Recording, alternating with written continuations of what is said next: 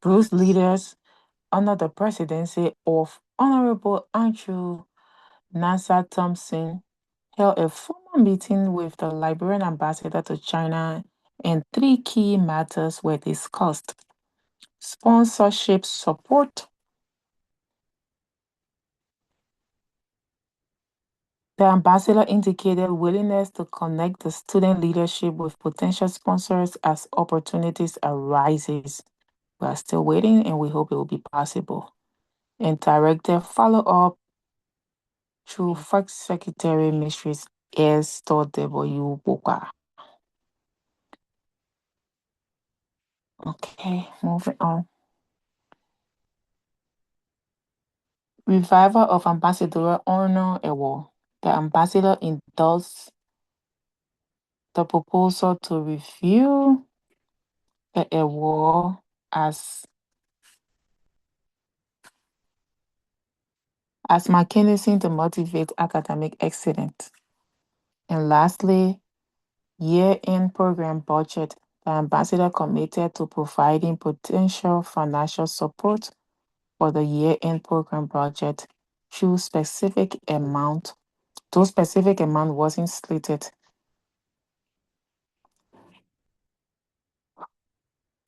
Provincial leadership summary. 7 provincial and city chapters submitted reports for the third quarter, and this is the summary. We had Guangdong, Shandong, Heilongjiang, Shaanxi, Wuhan, Jiangsu. I know you will deal with me again. And Yijian City. Me, I know they will punish me for calling these names so wrong. So the key achievements, go down a little bit, go down again.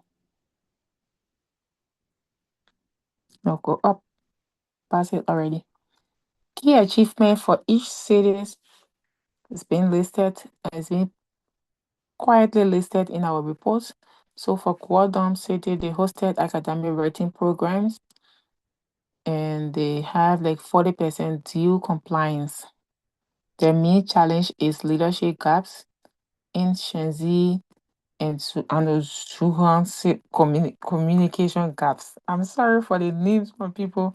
It's not easy. And for Shandong, they have leadership and capacity building workshop, city visit to Tianyang. And their challenge is limited funding. So for Heilongjiang City, 8 new students were welcomed and strong welfare engagement. For them, their challenge is low participation, due revenue insufficient. Shaanxi City, we had a back-to-school football and kickball match for our spring intake, and we had like over 25 plus students in attendance. And our challenge in our city is non-compliance to due payment. We have limited funds to undertake projects and other key activities. Wuhan City, the key achievement is the AFCON team preparation. 3 meetings were held and 7 new students were welcomed. Their challenge also is due payment, bedding, sitting in support for new students. Changchun City, Changchun Province. I keep saying city. New Year party were held, 2 meetings, business club section was launched. Their challenge also is due payment, due compliance, and leadership skill gaps. So I think we need our AEC people to go and attack that leadership skills gaps. And also we have for Yijian City, they had a dinner night, welfare meditation, and 14 registered members currently. Their main challenge is zero due payment recorded, limited financial capacity. Mhm. Note that our 4 potential incentive reports are included in Appendix A through G at the end of this document as we are going. During the third quarter, the Council achieved the following: 3 General Assemblies, 3 rounds of confirmation hearing, and formally deliberated on the financial policy, publicly defended the financial LSUIC draft budget for 2025-2026, launched the Building Financial Future with the targeted initial amount of 30,000, advanced planning for our 6th council retreat, facilitated a productive diplomatic meeting between Bruce and the embassy, received and reviewed 7 potential incentive reports, welcomed 8 new Liberian students into Harlingen Charter. Guangdong Province hosted its first academic writing programs. Shandong Province hosted 2 days leadership and capacity building workshop. And Shaanxi Province organized a back-to-school football and keyboard event with over 25 students present. Our challenges so far: the third quarter presented the council and its provincial chapter with several recruiting and immersion challenges. All of the provinces are having the challenge of due non-compliance, delay in provincial report submission, we don't know why, communication and participation gap, like we have some provinces coordinators are absent with no communication and nothing. Several provincial notes difficulty maintaining consistent communication and engagement with all students, particularly those in smaller or more remote cities. Leadership gap at city levels, financial constraint at charter levels, student welfare pressures. Way forward. As the council move into the 4th and final quarter for 2025-2026 mandate, the following priorities will guide its work. Financial policy implementation is our first guard. We hope to work on this strongly. Due compliance campaign across all provinces. In fact, it's going to be more like a Jehovah Witness campaign. We'll come into your inbox one by one. Council retreat execution. We hope to have our retreat this quarter and be close with that. Annual conference preparation. Constitutional review follow-up. Audit committee report. The council will follow up with the audit committee for a formal report on the union's financial health. Improved communication systems. Steps will be taken to strengthen communication channel between the secretarial provincial leadership and the boarded student membership. In conclusion of our report for the third quarter, the 6th Council of Coordinator has been a period of substantive governance, institutional development, and sustained community engagement. From the formal deliberation of the LSUIC fiscal financial policy to the confirmation of new leaders serving across China, the Council has continued to demonstrate its commitment to transparency, accountability, and the welfare of every Liberian student in China. While challenges such as due compliance, which is affecting all provinces, communication gap, which also run across every leader in the council, and resource constraint persist at the provincial level, the collective receiving and deliberation of provincial and city leaderships continue to form the backbone of LSUIC reach and impact. The Council acknowledges these challenges not as failure, but as opportunities to build more robust, responsive, and sustainable structures for the future. As we enter the final quarter of this Council mandate, we do so with clarity of purpose and a firm commitment to conducting the year with meaningful progress on all outstanding institutional priorities. LSUIC remains a living institution. I like that. Shaped shaped by the service of its leaders and the trust of the students it represents. Thank you so much. This is our report. All right.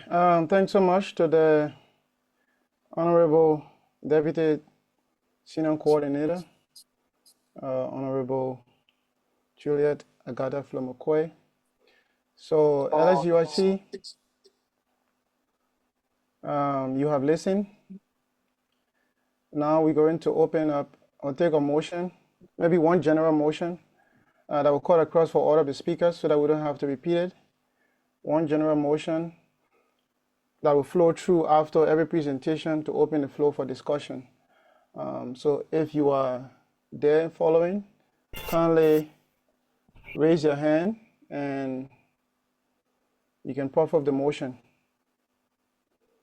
A motion to open this agenda, this report for discussion where necessary. And thereafter, we take a motion to adopt this report.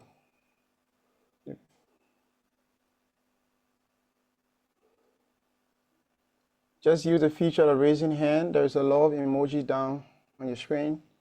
You'll see react. Click on react. You'll see raise hand. Let's take a motion to open this report for discussion. Because I didn't see no hand raised. You can use the react option to raise your hand.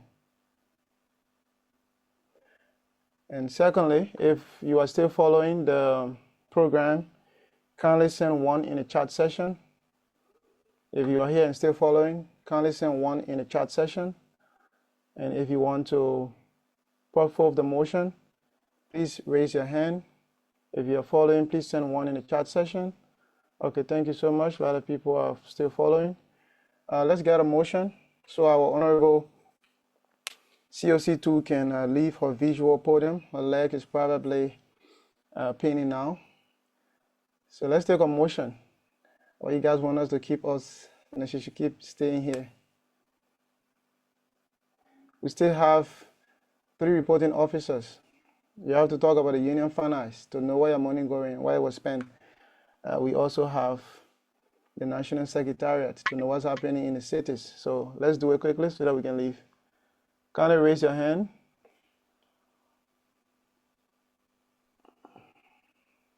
I still see no hand raised. It's like people don't want. Yes. Louise, you are speaking.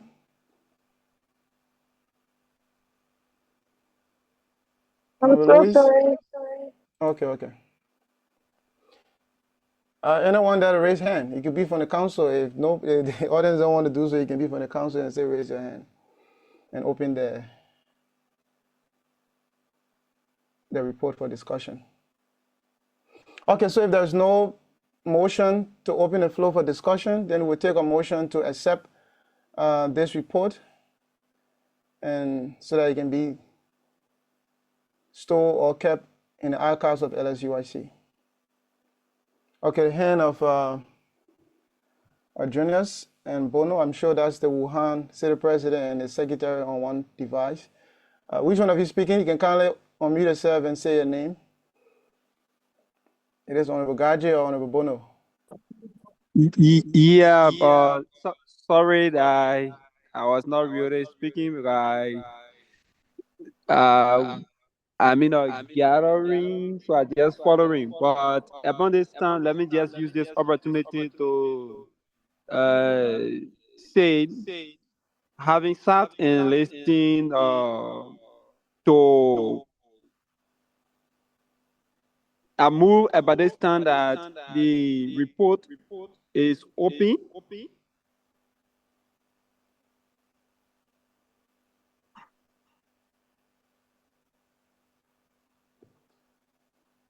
Mugaje, are you done? Oh, your network problem. Mugaje, are you still there? You're speaking, we still cannot hear you, though I'm still seeing you here, but we cannot hear you. I'm sure it's not from my end that that problem is coming. Okay, but I think we hear him partially that he take a motion to open the report for discussion. Yeah, are you Anyone? still getting me? Yes, we can hear you now. Go ahead, go ahead. Yeah, so quickly I said, I move if I can open a second that the meeting is be open about this time. All right, is there anyone to second the motion so that we can open the floor for question on the report? Is there anyone to second the motion? There was a motion raised for the report to be open for discussion. Do we have anyone to second this motion? Okay, the hand of Honorable Frederick, the G-Lane coordinator. Honorable Frederick, you can go ahead. Okay, I'm Honorable Frederick Francis Johnson from the Chilean province, and I still second the motion. All right, yeah, then move and second it, and like I said, we're going to take that so that we don't have this same occurrence. We just take that for all of the reports that will be coming forth. So after the president finishes presenting, we just go straight into question and answer. So now the floor is open. If you have a question based on what the council presented through the deputy CM coordinator, if you have any question based on the report, kindly raise your hand. Or if you cannot speak, you can also send your question in the chat session. I will read it out for you. But if you have a question to know what's happening in the province, maybe you never hear the province name, or maybe you hear certain thing happening in your province, you are not aware. This is the time. You can kind of raise your hand if you have any question. You can also send your question in the chat session. Okay, the hand of Honorable Jia, the city president of Changsha. And the next person I will ask question would be that's Kona Brown Jr. Okay, so you can go ahead, Emmanuel. Yes, thank you, Mr. President. And then I also want to appreciate the presenter for the excellent work done. But I did not hear my city name. I was following the report, but I did not hear my city as well because we are challenging and we wonder the essence of sending the report is that some of those challenges can reach at the national level so that the national level or the leadership or the national executive committee can know what are those constraints in my city. This is what the report was sent, but I did not hear my city name. Thank you.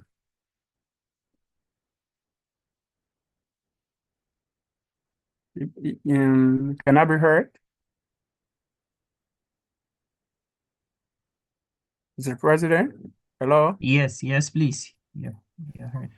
Yeah, Okay. we have heard you. So Honorable COC2, by the way, he's from Hunan province. Hunan province. And from the list of provinces that reported, his is not there. But your city report will also be talked about when the national secretary is presenting. But from the provincial end, the council of coordinator will talk about that as well. But the secretary already have your report that you submitted. But your province report, maybe the council can talk about it. Honorable COC2, the floor is. We did not get report from his province. Maybe they made presidential report that went directly to the secretary. That's why. All right, I think that was quick. So, Honorable Emmanuel, your report will be discussed when the secretary is presenting. He should be next after the council report. So you hear about everything that you sent to the office of the president through the secretariat. So move on to Connor Brown. Connor Brown Jr., kindly unmute yourself and ask a question. Connor ATM Brown Jr. Okay. I will move to Paris Divine. Paris Divine, you can kindly unmute yourself. Good evening to everyone. Good evening. Yeah, but I would appreciate for the report that was given. And then my question is, because she did mention about constitution of the student union, so I want to know if whether you people have posted a constitution in the group for every student to know how the organization is run. All right. So some of the questions, I think I will just answer it quickly so that we don't waste much time. The Constitution was shared in a group, probably not frequent, but you can also check the LSUIC website. You will also find the Constitution there, and you can also read from it. The Secretary will continue to share in line also with the Constitution Review Committee. So after this meeting, I will also try to remind them so that they can share again. All right, so we take Connor Brown Jr. Yeah, and then, yeah, you can go yes. ahead. Okay, like I want to say good afternoon to everybody. And then there's one concerning situation that I'm from Nigeria city to be precise. Like I'm a new student here in China. I've been here for the past 6 months. Like in my school, we have almost like 25 librarians here, but we don't have any form of leadership. Like me getting to know about the librarian student union was through a friend from Chinchon. He was the one that put me in the group, and then other thing, I'm not hearing anything about my city now. There's no coordinator, no form of leadership, and that's something that very concerning. I want to know why it is up to now. I haven't heard anything about Nacha in the report. Okay. Nanchang is also on Jiangsu. Honorable Counsel, do you have anything from the Jiangsu coordinator? But Nanchang don't have a city president now. I think there was preparation on that, Yes, but the he's at person, Jesu. yeah, the person that was to be appointed has some financial obligations, so they need to declare that before the appointment could be made. So if there is no city leadership, maybe the council will not be able to present on that. But I'm going to recall your name and probably get to you. What's the person who just speak? That's Kona, ATM Brown. All right, so we'll try to get to you and see how, if any of you in the position that clear financially, then we can start up with you.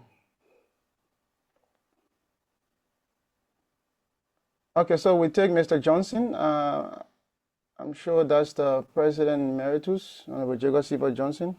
If that's not him, then you can kindly say your full name and your city.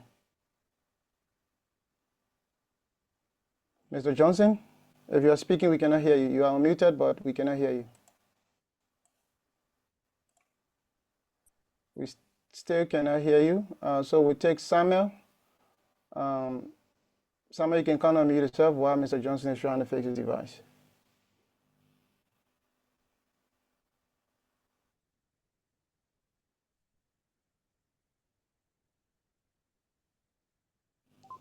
Samuel, kindly unmute yourself. Okay.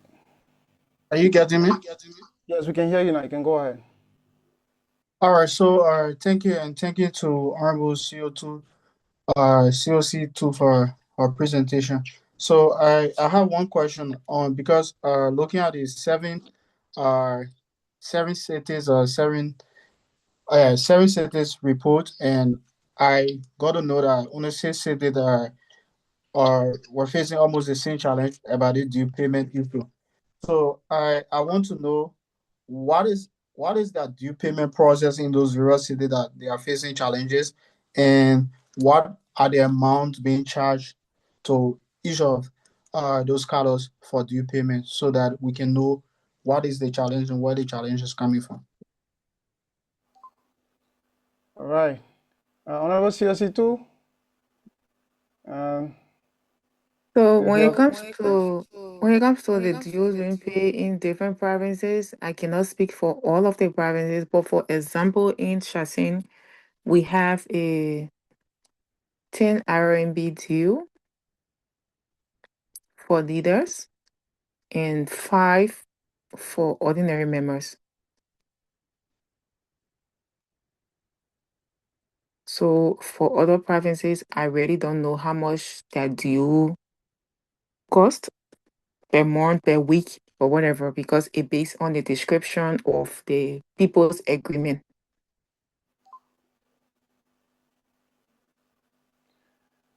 all right. So while we will get the financial secretary to present later on, the due, you can also check our constitution. Based on your membership, your admission notice and your leadership position, you will have your due category. So like for me, as the national president, though she would have been paying 15 RMB monthly, which would be 180 yearly. But because I'm part of the NEC, my due is 30 RMB monthly. So I'm paying 360 yearly. The fact that I'm serving as the national president, I'm paying more. For somebody who is on university scholarship, even if you're first class, second class, or third class, your due is 10 RMB every month. So yearly is 120. For somebody who's on CSC and MOFCON, that should be 15 RMB. Okay, so that's how it goes. For if you're a leader, like maybe committee member, your due is 20 RMB, or committee chair, due is 20 RMB, so yearly is 240. So that is the due structure. The National Financial Secretary will talk about it mostly during his presentation, and you can also get further clarity on that. So lastly, we take Mr. Johnson so that we can close up on the COC report according to our time. Mr. Johnson, your hand is raised, your mic is unmuted. Can you try to speak if we can hear you? Mr. Johnson, if you're speaking, we still cannot hear you. I think there's a problem there. The last time it's happened during the legacy hour, you have to join with another device, so I'm sure it's the same problem happening. So we will, if anything, you can send a message in the chat session. By this time, we will stop here. If there are further questions, you can drop it in the chat session. The council are here. They will be replying to your question in the chat session. So we've already taken a motion to accept this report. So thank you so much, Honorable COC2 and the Council of Coordinators for the presentation. Thank you. So back to our agenda, the next reporting officer is the National Secretary General on behalf of the National Secretariat. The National Secretary General on behalf of the Secretariat. Honorable C. Nathaniel Wedi II. Yes, I'm here. Hello. Am I being heard? Yes, we can hear you. Please, you can go ahead. Okay. Hello. Yeah, Mr. Johnson, we hear you now, but Oh, maybe okay. we'll take it later. So just keep that same setting. We'll come back to you. All right. Honorable National Secretary General.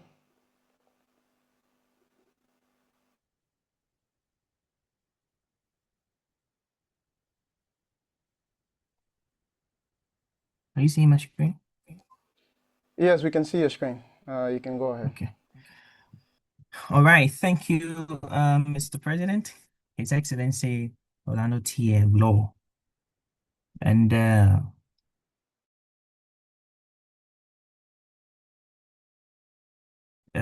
going to take you guys on a journey that will explicitly be informing all of us as to what been unfolding across the various cities and at the level of the National Secretariat over the period of Q3. So, for and on behalf of the National Secretariat, serving as the head of the Secretariat, my name is C. Nathaniel Woolley II, the National Secretary General of LSUIC 2025-2026.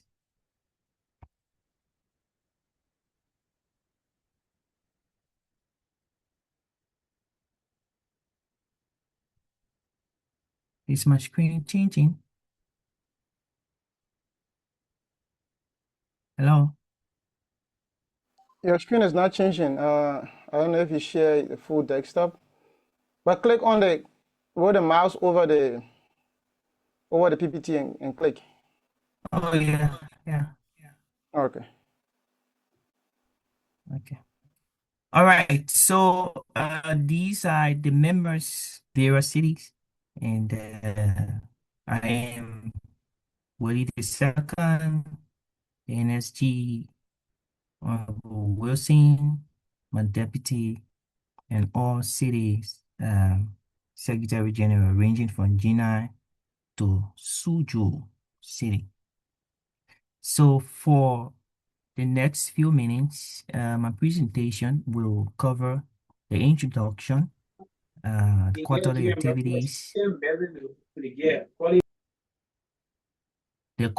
activities, starting from city level to the national secretariat, and we'll capture challenges, recommendations, and membership statistics. So this report holistically presents a concise summary of the Liberian Student Union in China and the key activities, achievements, challenges over the period of third quarter, that is ranging from January to March of this year. So beginning with is will be our cities. So at the level of Suzhou, there are few major activities that were undertaken over the period of the quarter, and those activities range from an empowerment initiative that was launched through their committee that was appointed by their city president, and the appointed 11 to 25 official, and their responsibility span across operation and participation. And secondly, they introduced a student loan initiative and covering emergency loans that is at 5% interest. So members can put in for loans, and then later on they can pay in the next major event that they hosted was the second edition of the gallery. They must talk about the gallery. And then what are their challenges that they were confronted with over the period of the third quarter. And these challenges are limited fund to support programs and operations, low payment of membership dues, which is something that we all know about, and then the instance of constitutional breaches among members. And what are the way forwards that they propose? They intend to provide personal financial contributions to sustain activities. And they also plan to conduct a awareness campaign to improve due payments and participation. And they also intend to strengthen enforcement of constitutional compliance to maintain order and accountability. So at the level of Changsha City, there are two major activities that were undertaken through the third quarter period. One of those were the student follow-up including during the winter vacation. The leadership did a constant follow-up to ensure that students are in good conditions, they are faring well. And secondly, they facilitated the participation of 22 students in the Yanjo African Economic and Trade Program that was between February 10 to the 13th, 2026. And there are two major challenges that confront them over the period of the third quarter. One of those were low participation in meetings and poor payment of dues. And what are the way forwards? They intend to introduce flexible due of training program. So we move to the next city, which is Changshu City. And there are three key activities that they were involved with throughout the quarter. One is they hosted a New Year party to promote unity and engagement among members. They held two general meetings throughout the quarters, and I think that meeting was intended to inform students or address student welfare, the dues, and talk about LSUIC programs and all coming activities. So these kind of meetings are very crucial at the level of the city because it helped to inform student decision with respect to due payments and how LSUIC daily workings are being carried on, because we have new students who just came in, they might not be aware of how they are to contribute to the well-being of LSUIC. So the next activity was they introduced a business club session to enhance skills and create financial support opportunities. And there are three key challenges that confronted them throughout. One was the low due payment again, we are seeing, and then limited participation in union activity again, we are seeing, and the gap in leadership skills. And the way forward is they intend to revise strategies for business initiative to improve effectiveness. And then they also intend to encourage greater membership participation and commitment to strengthen the union's operation. And then moving forward to Nimbo City. At the level of Nimbo City, there are three major activities that they hosted or they were involved with throughout the third quarter. Firstly, they held two online meetings, January 19, March 15. And then the meeting was intended to engage members as often as possible. And then they also organized an in-person Ramadan meeting and dinner, and that took place March 20th, 2026 to promote inclusivity. And then the last major activity, they identify and integrated twin communication platform. Am I being heard? Yes, we can hear you. We can hear you. Go Oh, okay, because I'm seeing my internet is reminding me of its instability. All right, so moving forward to the challenges over the period, low due compliance again, we are seeing, and then poor meeting attendance affecting participation and decision making. What are the way forwards that the leadership at the level of NIBO intend to put into place in curbing these challenges? One, they intend to improve communication through multiple channels.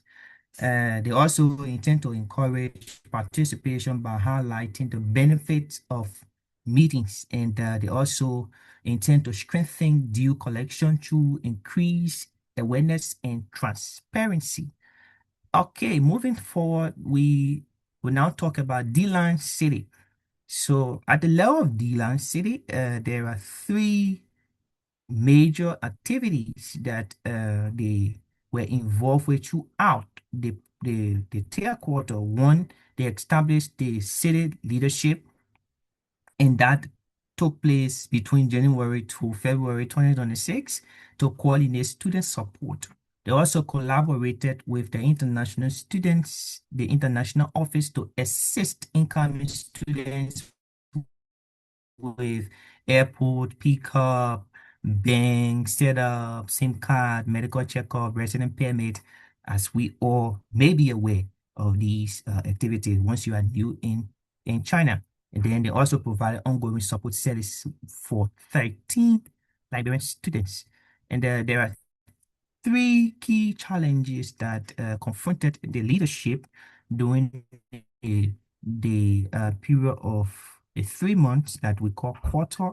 One was the exploitation of students by agents, and then low unit registration among students, and then poor due payment.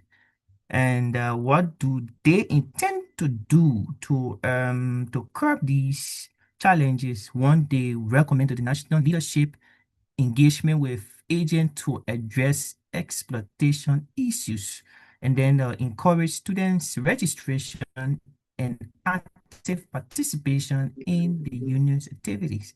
And then also they intend to promote financial compliance like due payment and maintain consistent engagement with members.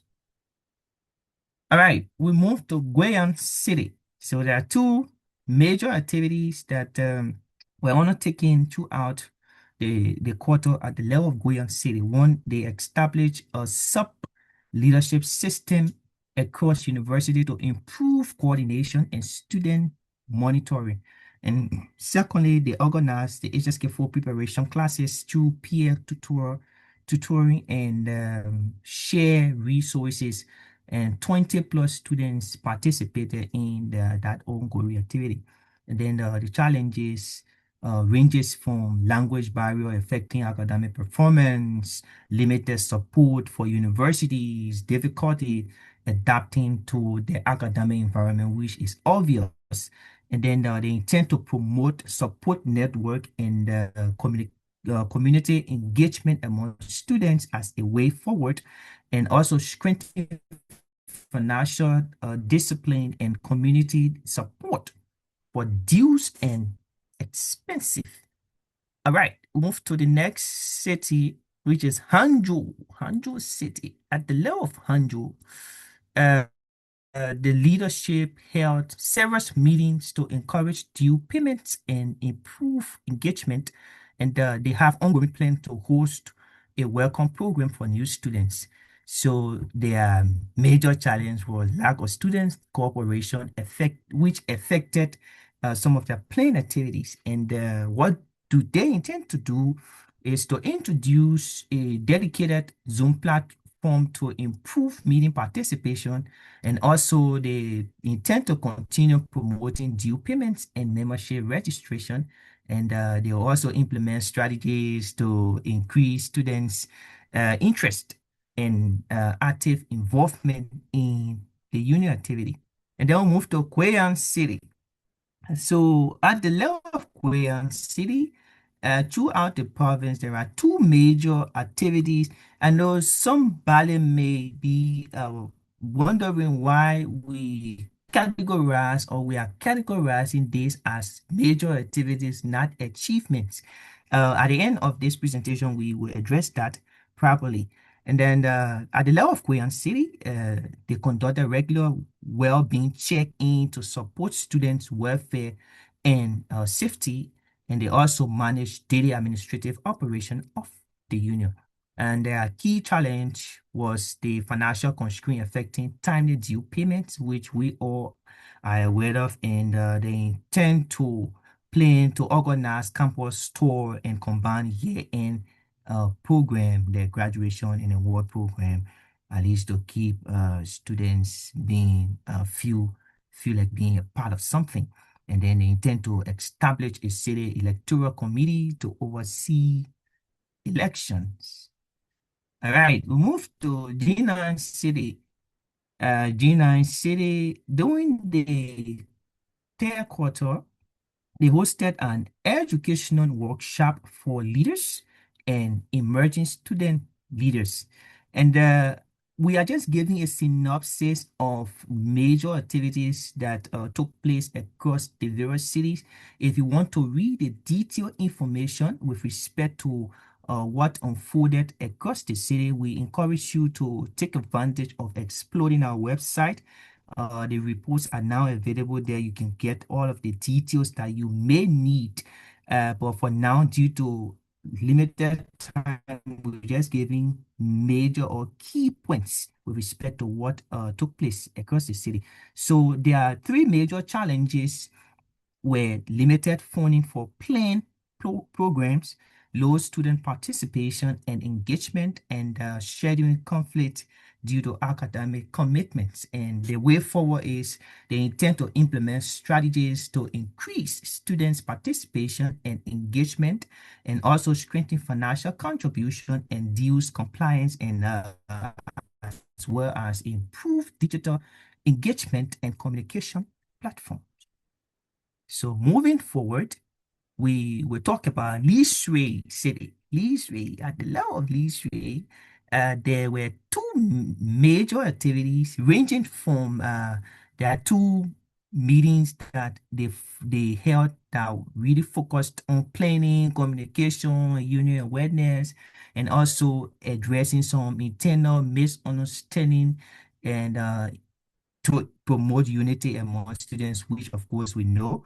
And there are two major challenges where delay in planned activities due to the Ramadan and initial issues with participation and internal conflicts.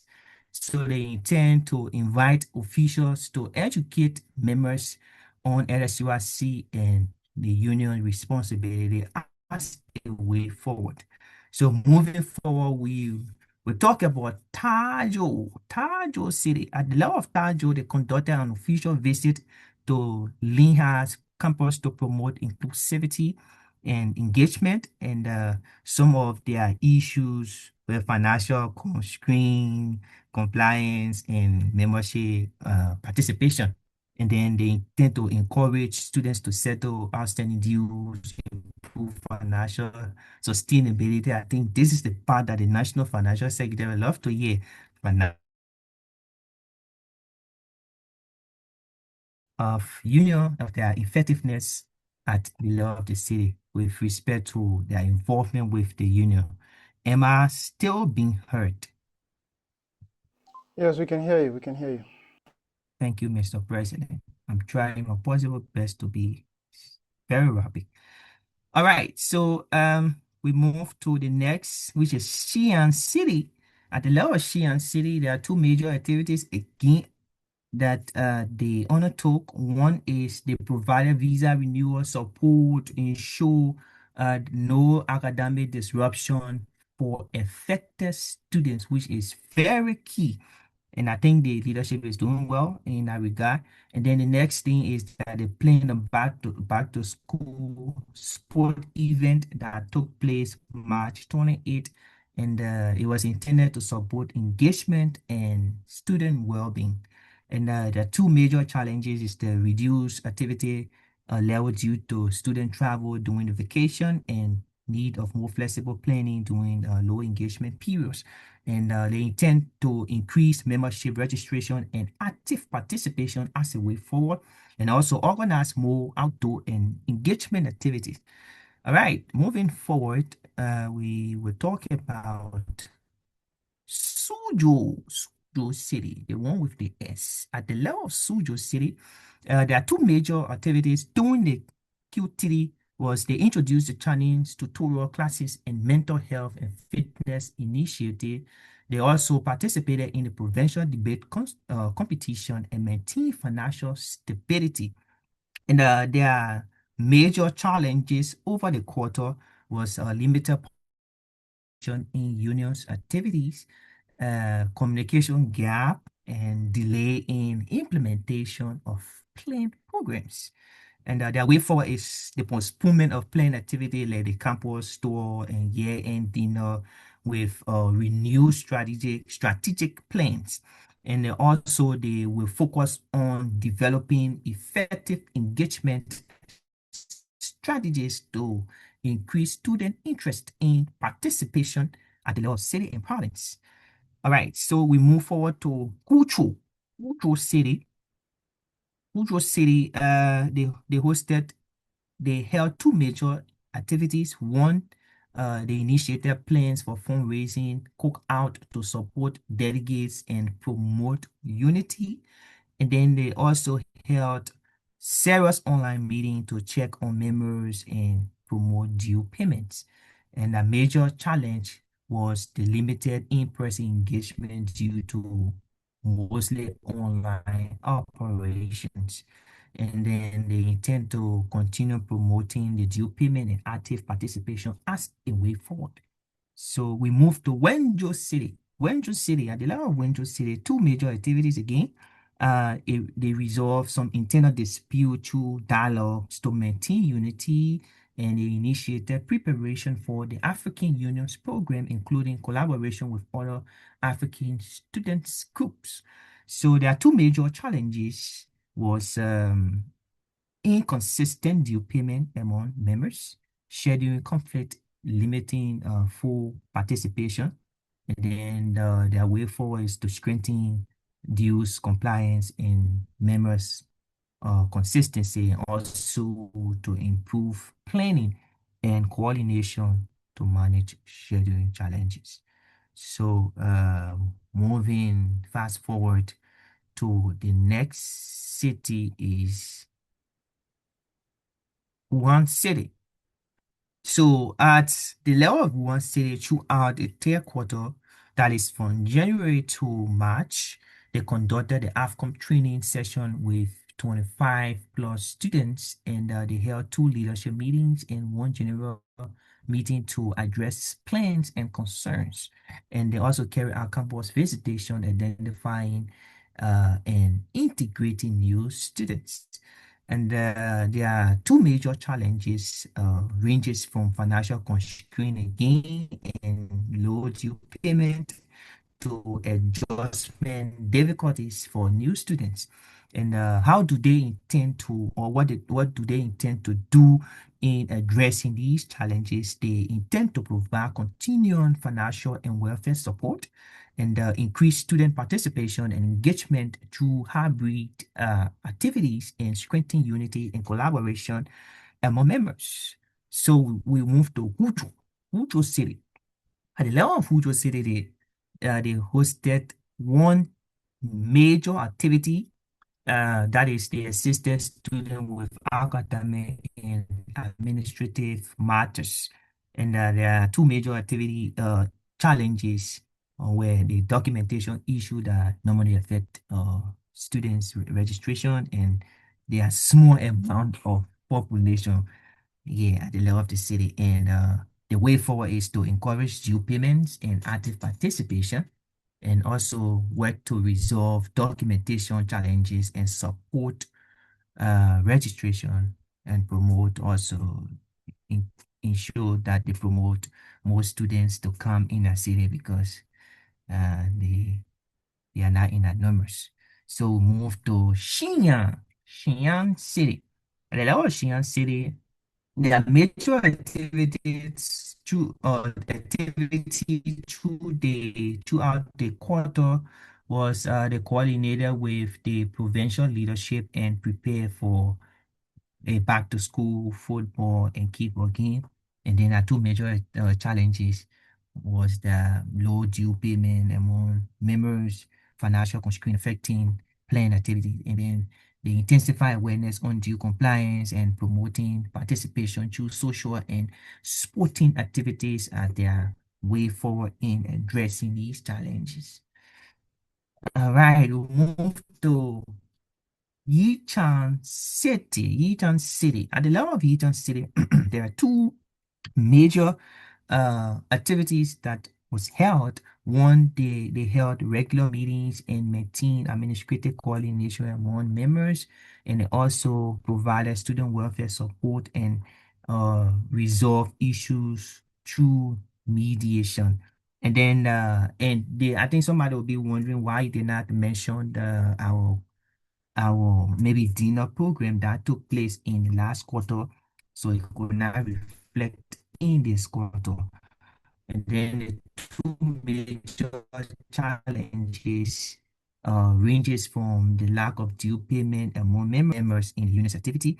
Their way forward are to strengthen welfare support and members' engagement, and also enhance collaboration with university authorities and students community. Am I still being heard? Yes, we can hear Are we you, following? Thomas. Yeah, you can go ahead. We are hearing you. Thank you. Thank you, Mr. President. Yeah. All right. Thank you. So we move to the next city is the Shenzhen city. Shenzhen city, there are three major activities. I'm trying my possible best to capture all of our activities with respect to what our city leadership has been doing. I think is key. So they launched the academic bridge mentoring program to improve academic performance, and they hosted the librarian get together day to strengthen community and engagement, and also providing welfare support to members in need and digitalized the administrative records. And there are four major challenges. One is limited funding for the activities, communication gap among members, academic pressure on students, and in an issue with internal cohesion. Their way forwards are to implement fundraising activities to improve financial capacity, enhance communication through smaller groups, channels, and also introduce mental health support programs. So we move to the next city, which is Nanton City. At the level of Nanton, there are two major activities as well. They maintain active communication and plan discussion, escalated a formal complaint on some scholarship and financial policy for intervention at the level of that city. And then there are three major challenges: the limited implementation of plan programs and financial constraint, as well as reduced students' engagement. And what do they intend to do is to strengthen student engagement and participation, and also improve programs implementation and planning efficiency. All right, so at about this time, we are about to give you update from the level of the National Secretariat. So during the third quarter, our team worked on strengthening communication, as always, engagement and organizational effectiveness through our newsletter, our luminary series, and some key secretarial meetings.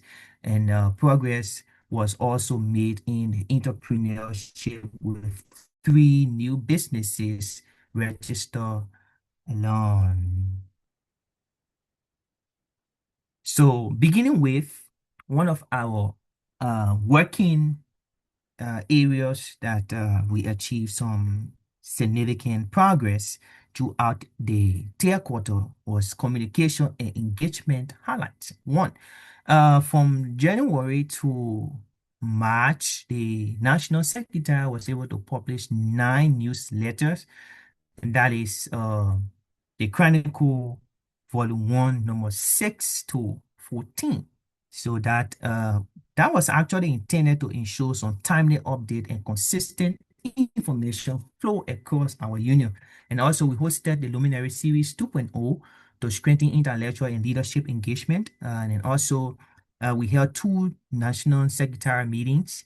And the overall impact of these activities was to improve communication systems, to strengthen members' engagement and more effective communication within LSUIC and with external stakeholders. Hello? Is someone talking? No, you can go ahead. Go ahead. All right, thank you. Okay, so these are just a highlight on some of these things. And then for the business registration and enterprise support, we had 3 new businesses that got registered that accumulated the current to 11. So we also have some ongoing applications that's still on ongoing review, and these things were actually intended to enhance some the economic empowerment, expand business opportunity, and a more supported entrepreneurial environment within LSUIC.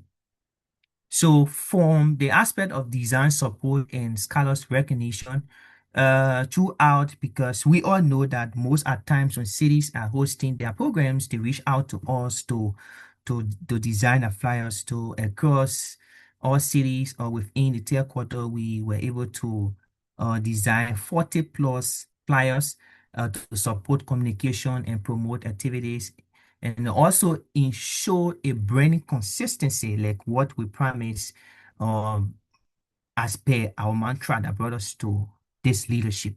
And then we also enhance the union visibility to strengthen professional identity across all cities and province. And we launched the Scholars of the Week. And since it was launched, we were able to recognize 4 outstanding members for the academic and leadership contribution to LSUIC. And the overall impact was to improve communication and branding, and also increase the visibility and foster a culture of excellence, recognition, and motivation in LSUIC.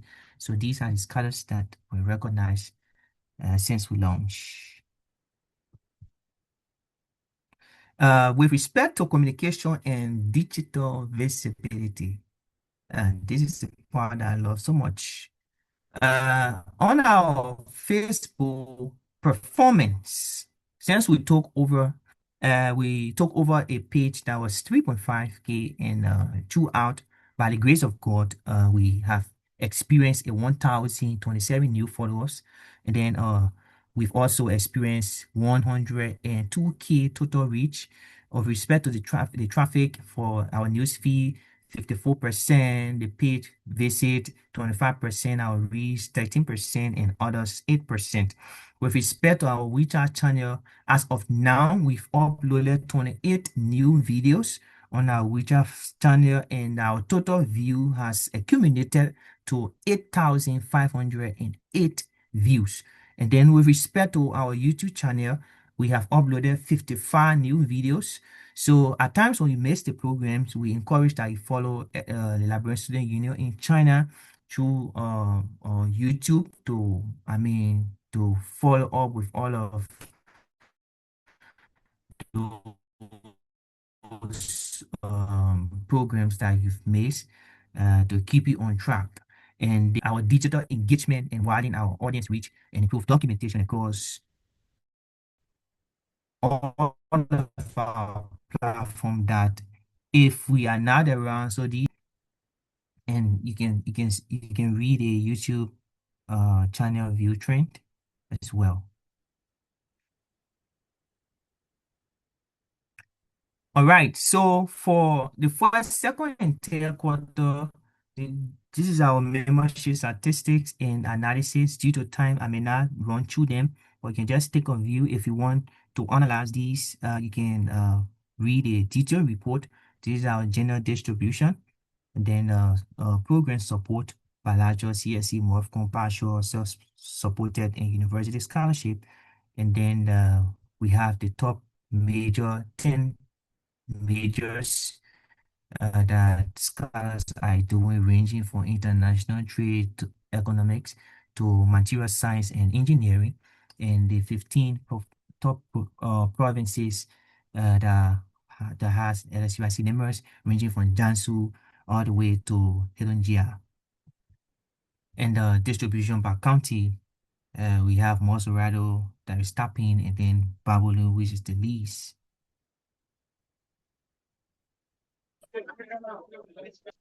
All right, so we talk about our challenges. We are already closing up. During the quarter three, the National Secretary encountered a range of operational constraints, largely driven by increased workload demands and the need to simultaneously manage multiple national activities alongside ongoing city level support.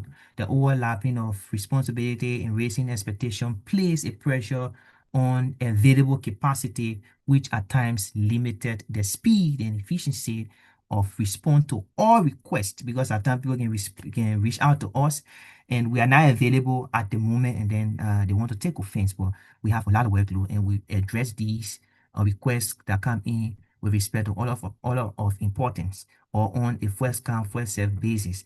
So with respect to our conclusion, in summary, Quarter 3 reflected a phase of continuous advancement and strategic implementation of the National Secretariat through enhanced communication efforts, expanded digital engagement, intellectual activities, and strengthening operational support. The Secretariat further reinforced LSUIC institutional effectiveness and visibility. These achievements provide a strong platform for sustained development, improved coordination, and deeper engagement in the period ahead. So you can just go through these, and we move to the next aspect. We started this as a culture since we took over by the grace of God, and since we were given an opportunity to lead the National Secretariat, we introduce an appreciation of our city secretary that is based on their contribution, based on how you take this working so seriously, because we did not come to joke, we came to serve. That's why we dedicate our time and service. While people are sleeping, we're up doing LSUIC work. So if we see somebody uh who is there to help in the process, we appreciate them, we recognize them for their time and services to LSUIC, because our service to man is our service to God.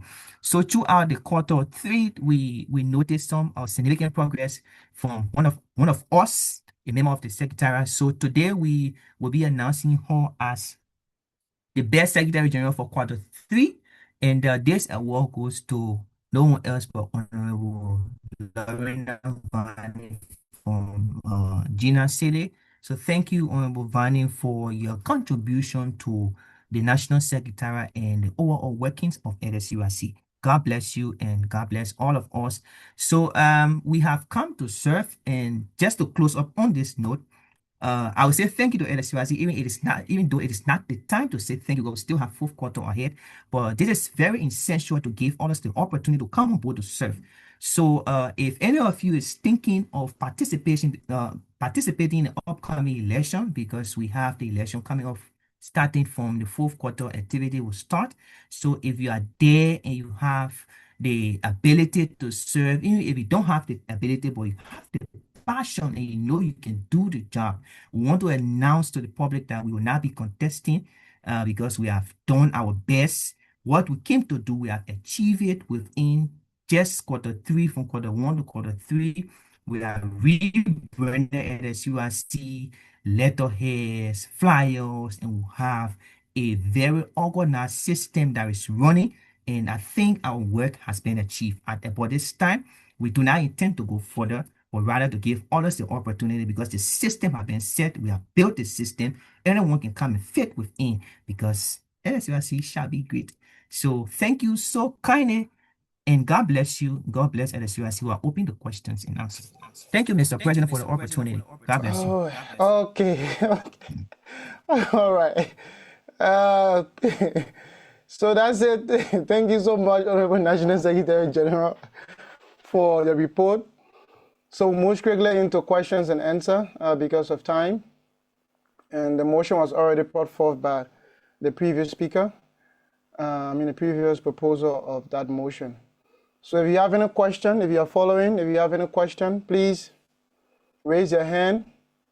If you don't have question, you just have some thank you messages, you can drop it in the chat session.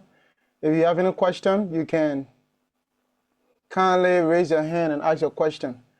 Up next is the financial report to know where your money is going, where it was spent, every other thing related to your dues, so that you know if the people eating your money or not. This is the next part. But before that, let's take questions. If there is no question, then we will allow our National Secretary General to depart, because we already have that motion. Please, clear, President. We already have that motion that was Seconded. Okay, so let's give it 30 seconds. If no, then we will move strictly to the next reporting officer, the National Financial Secretary General. 30 seconds. 30 seconds. You can, if you are still following, please send one in the chat session. If you are still following, please send one in the chat session. So let's know that you are still here with us. If you are still following, please send one in the chat section. Thank you. That's good. You are in class. All right, so there is no question for the National Secretary General. So I'm going to stop sharing, and thank you so much for the report. Thank you, sir. Our next reporting officer is Honorable Noah Dave Mason Jr., who will talk about LSUIC finances. So Honorable Mason, you can kindly take over the visual podium. And after Honorable Mason, the last report, and you can be in any zero under your desk looking at it. The next reporting officer will be the office of the National President. Yeah, so Honorable Mason, you can go ahead. I think you are muted. If you are speaking, you are muted. And we also cannot. Okay. Okay. Can I at least, are you guys seeing me? Yeah, we Am I can being see you, we heard? can hear you. If we stop hearing you, I'll let you know. But throughout, we can see you, we can hear you. Okay, thank you. Um, Greetings to everyone joining from Facebook Live, WeChat channel, or YouTube, wherever you watch this video from. Happy Holy Week to all Christians out there. I am your well-seasoned National Financial Secretary, Honorable Noah Dave Mason Jr. And I am joining you live from my residence in Shanghai, where I'm studying in Ningbo at the Ningbo University. Not to waste much of your time, I will just go into a few things. Firstly, I will go to the proposed budget that was approved by the Council of Coordinators on January 19th, 2026, within the third quarter. Our first submission was September 23rd, 2025, and it was sent back for readjustment. And second submission was December 8th, 2025. We had our budget hearing in January, and I will just go through the summary of the whole budget. Our budget summary.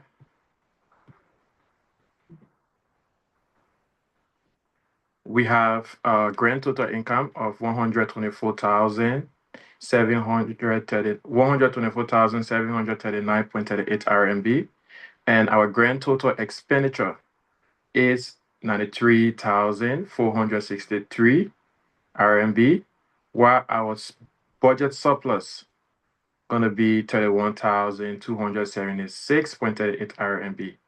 So our budget percentage, brought forward contributed is contributing 35.68%. The dues is going to contribute 21.07%. Our pledges at the conference in Najin contributes 4.52%. Our Sunday offering contributes 0.85%. Our annual conference fees contribute 15.12%. Our provincial election fees contribute 0.11%. Our IEC aspiring registration fee contribute 1.73%. Our fines contribute 0.46%. Loan isn't considered income, so that's why loan have 0.00%. Our interest on loans contribute 0.24%. Our LSUIC newsletter contributes 0.05%.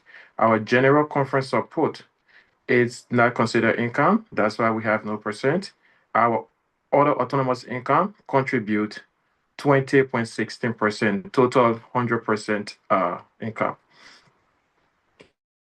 So under our budget, we have our proposed in our proposed budget, it's 1 second. Okay, our proposed budget is increased on a 10 is based on a 10% increase from previous or from the past year. That is the past year actual from 2024 2025. So our budget is calculated based on provinces. For Anhui province, we propose a total budget or total dues of 330 RMB. For Beijing, we propose 1,188 RMB. For Chongqing, 120, and the list goes on. This budget have been shared in the group, but our total dues to be raised during our time, or proposed dues to be raised during our time, is 26,282 RMB. We go to our pledges. Okay, ready. Our proposed pledge is 5,644 RMB. Our Sunday offering is 10% increase, 1,058.75 RMB. Our annual conference fees is 10% increase from last year, 18,859.50 RMB. Our provincial election fees is 10% increase from last year. It's 132 RMB. Our NEC registration fees. This year we want to give the opportunity to every scholars out there, every leaders out there to be able to participate. So we decrease the previous election fees by 62.60%. So this year the IEC total fees would be 2,160. Our national president, this would be our proposal to the IEC. National presidential candidates gonna pay 500 RMB to register. Vice president's gonna pay 450 RMB to register. National General Secretary, 375 RMB to register. National Deputy General Secretary, National Financial Secretary, and National Treasurer gonna pay 350 RMB each to register, while our National Chaplain General gonna pay 97 RMB to register. So if you are joining us live and you want to contest for these positions, please start saving. So our total income on a current will be 54,136.35 RMB. We go under non-current in LSUIC. We have non-current, we have fines. Our proposed is 577.50 RMB. We have interest on loans, 302.50 RMB. We have LSUIC newsletter, 66 RMB. And we have other autonomous income. Other autonomous income could be fundraisers and what have you. We have 25,150.46 RMB. So our grand total income is 124,739.38 RMB. We go to our expenditure. Our expenditure, the Zoom subscription, we spend 648 RMB. We have 2.41 increase. We go to our website construction.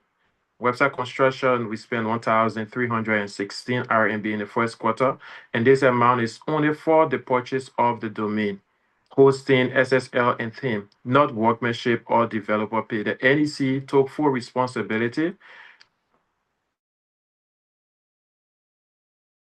of the development and maintenance union year under July 2025 to July 26, 2026.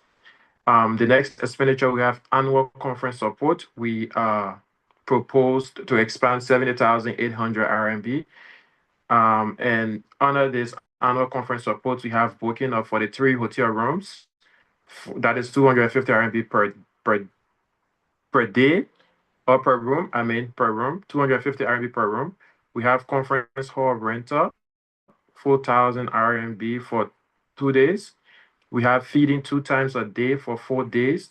We propose 16,400. We have stadium rental. We propose 2,000 RMB. transportation to or transportation from the hotel to the football field on the day of our independence. We propose 1,000 RMB. Photographer, we propose 1,000 RMB. Conference sub conference souvenir, we propose 2,000 RMB. LSUIC recognition or achievers award, we propose 3,000 RMB, and we have 100 plus person to receive LSUIC recognition award. We have our meet and greet on our arrival day. We propose 1,000 RMB, and we have LSUIC dinner night. That is the dinner hall rental and food and drinks. We propose 5,000 RMB. Our provincial or city support, we propose 7,150 RMB. This amount shall be determined based on the city or province financial contributions to the union. So if a city or a province is not contributing financially to the union, you're not going to benefit from this. Sorry. So we have LSUIC presidential winter debate. We propose 1,200 RMB. And the reason why is to promote academic excellence through inter-city debates. So our grand total expenditure is 81,114 RMB. This was the budget that was approved by the sixth council of coordinators. So next thing we'll go to I will just run through the financial policy.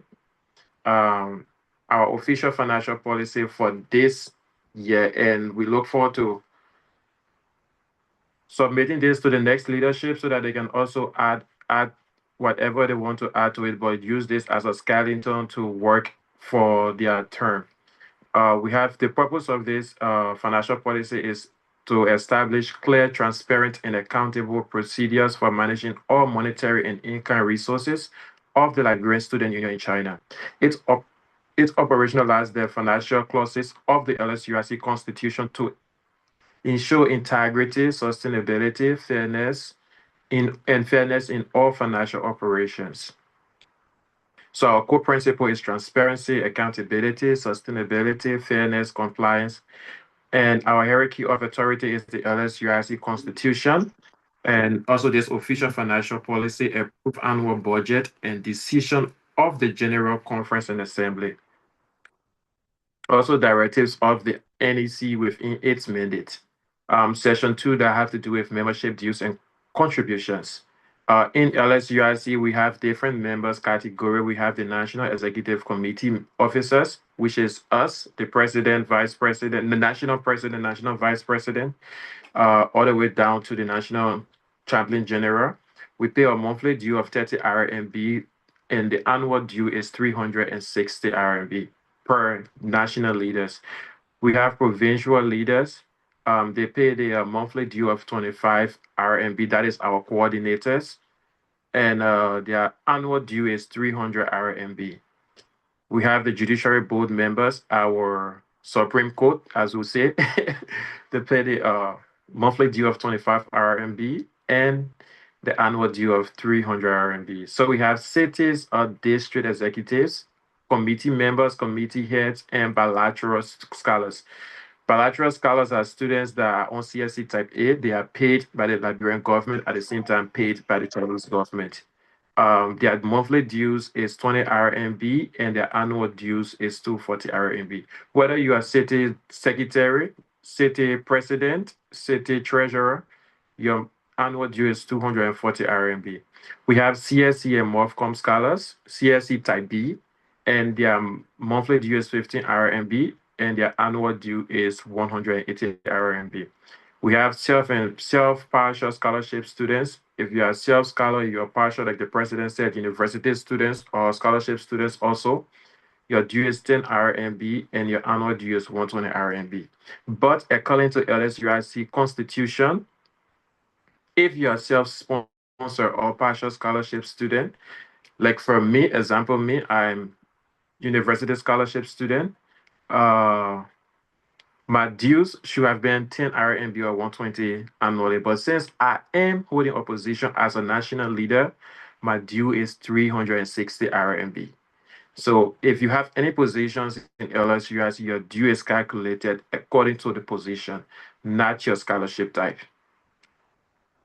Part two, we go to collection point or local dues. In LSUIC, we have national dues and we have local dues. Some cities have their local dues of 5 RMB or 10 RMB. You're paying that dues to your local city secretary or financial secretary or your local city treasurer or whoever will be in charge. But all national dues is paid to me, the national financial secretary or the national treasurer. So we just run through this. Budget preparation timeline LSUIC. We have the deadline for submission of budget proposal August 15. We have draft consolidated annual budget prepared and submitted to the NEC by September 15. Uh, Draft budget presented for information and initial discussion during the first quarter meeting. Final draft budget submitted to the Council of Coordinators October 7.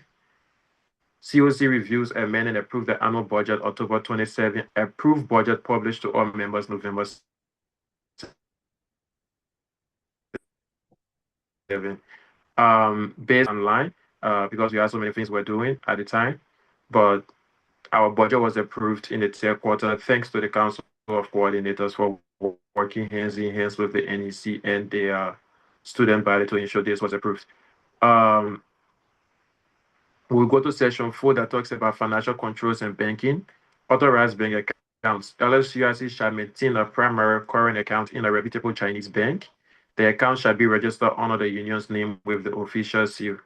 In an event where the bank account can be opened due to legal reasons, the national treasurer shall keep the union funds until the next turning over time. So currently this term, we don't have a bank account open in LSUIC name due to legal reasons. So all of our funds are kept in the national treasury.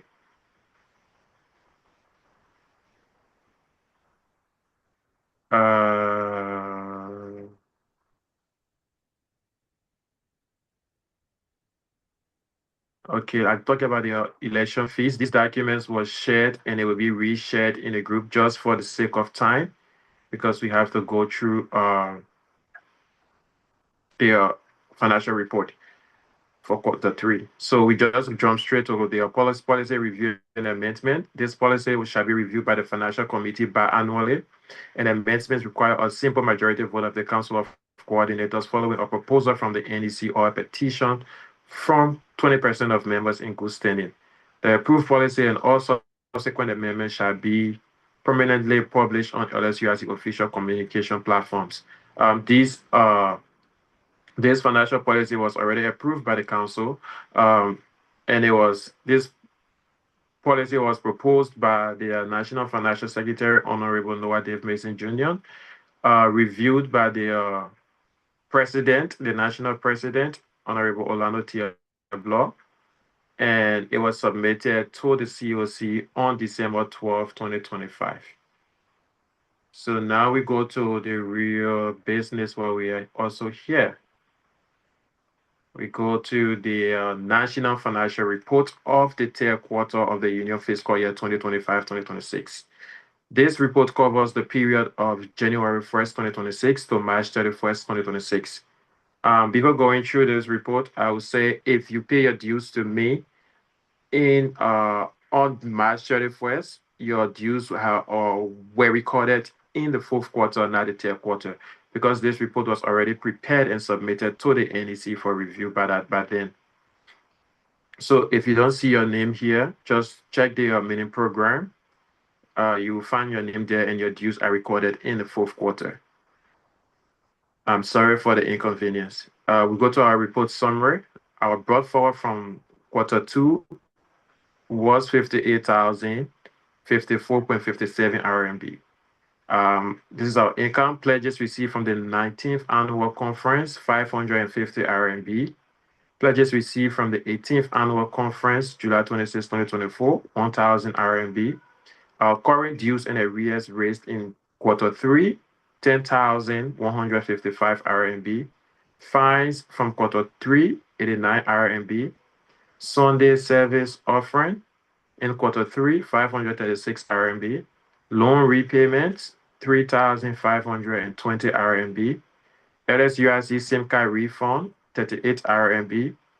Pledges received from LSUIC Financial Literacy Program Fundraiser 2025-2026, 4,085 RMB and 238 US dollars. Pledges received from LSUIC Presidential Winter Debate, 950 RMB. LSUIC Business Registration, 100 RMB. Our total income is 79,000 in third quarter, 79,077 RMB, 77.57 RMB, while our total US dollars is 200.38 US dollars. So we go to our outstanding receivables. We have pledges from the LSUIC Financial Literacy Program. We have 2,000 outstanding pledge plus 200 US dollars. We have LSUIC Annual Conference in Nanjing 2025. We have outstanding 11,450 RMB. From the 18th Annual Conference in Wuhan, we have 250 RMB plus 100 US dollars. From the 17th Annual Conference in Shanghai, we have 15,001 RMB and 200 US dollars. From the 16th Annual Conference in Guangzhou, we have 8,584.90 RMB. From the 15th Annual Conference in Hangzhou, we have 1,000 RMB pledge outstanding. And from the 14th Annual Conference, I think in Suzhou Online, during COVID, we have 1,200 RMB. So our total unpaid pledges are 39,485.90 RMB plus 500 US dollars. Our fundraising in 2022-2023, we have 1,350 outstanding. Unpaid fines, we have 656 RMB. Unpaid loans and loans interest, quarter 1 and 2, we have 5,475 RMB outstanding. Loan disbursed in 2024-2025, we have 1,275 RMB outstanding. Loan disbursed in 2023-2024, we have 570 RMB. Total unpaid fines, loans and loans interest is 7,976 RMB. So our total receivables out there is 48,811.90 RMB and 500 US dollars. Our total income, available cash plus receivable is 127,889.47 RMB plus 700.38 US dollars. We now go to our expenditure. Scholar welfare, we expended 500 to Honorable Eltrick T. Tatus Johnson, one of the coordinators who our coordinator to talk about is sick and hospitalized. We also expended 500 to Scholar Regina J. Sako. She was hospitalized. Loan disbursed in 2025-2026 quarter 3 is 0. We did not disburse any loans. LSUIC Presidential Winter Debate winner prizes. First place winner received 900 RMB. Second place winner received 550 RMB. Third place winner received 350 RMB. The most valuable player of the Presidential Winter Debate received 100 RMB. The debaters and participants' appreciation was sent via Hongbao. The total that was sent was 250 RMB. We have conference hotel and hall deposit, 5,000 RMB. So our total expenditure in quarter 3 is 8,150 RMB. Our quarter 3 ending balance, that is the total available cash minus the expenditure, is 70,927.57 RMB and 238 US dollars, while our net available cash carry forward to fourth quarter is 72,310.19 RMB. We go to our report note. The union concluded the third quarter of the fiscal year 2025-2026 with a strengthened cash position and a significant increase in operational cash flow. Revenue collection saw a marked improvement driven by a strong performance in dues, and new fundraising initiatives. While the challenge of outstanding receivables persists, proactive collections during the quarter reduced the burden of aged pledges. Also, the quarter's final financial activities reflect a period of robust operational momentum and set a positive foundation for the final quarter of the union year. So we go to our analysis of financial position as of March 31st, 2026. Our current period performance cash basis. Our opening balance or cash balance, the union began the third quarter with a cash balance of 58,054.57 RMB that was brought forward from the second quarter. The union held 79,077.57 and $200.38 in cash and cash equivalents at the end of the quarter, representing a healthy increase from the opening balance. Our total expenditure for third quarter, operational and program expenditure for the quarter total 8,150 RMB. This increase from the second quarter is attributed to new programmatic investment, including prices for the presidential winter debate and a deposit for the upcoming 20th annual conference of LSUIC. Our net cash flow from operations generated from operating activities was 70,927.57 RMB and $200.38. This demonstrates a significant strengthening of the union ability to generate cash from its core activities compared to the previous quarter. Our quarter end cash balance after accounting for expenditures and the ending cash balance is 72,310.19 RMB. That is the $238 was converted to RMB at a rate of 6.9. So 238 RMB times 6.9 equal 1,382.622 RMB plus 70,927.57 RMB equals 72,310.92 RMB, which will be our carry forward to the fourth quarter. We now go to the statement of the financial positions and receivables.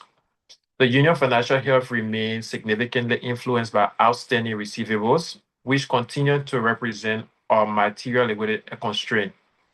Our total receivables, the union has 48,811.90 in outstanding receivables as of March 31st, 2026. This represents a decrease of 2,414 from quarter two figures of 51,225.90, signaling progress in collections. Unpaid pledges, conference pledges spanning 6 fiscal years from 2020 to 2026, total 39,485.90 RMB, representing the largest components of receivables and posing a continual collection risk. While still a significant figures, this balance have been reduced from 39,035.90 in the second quarter, largely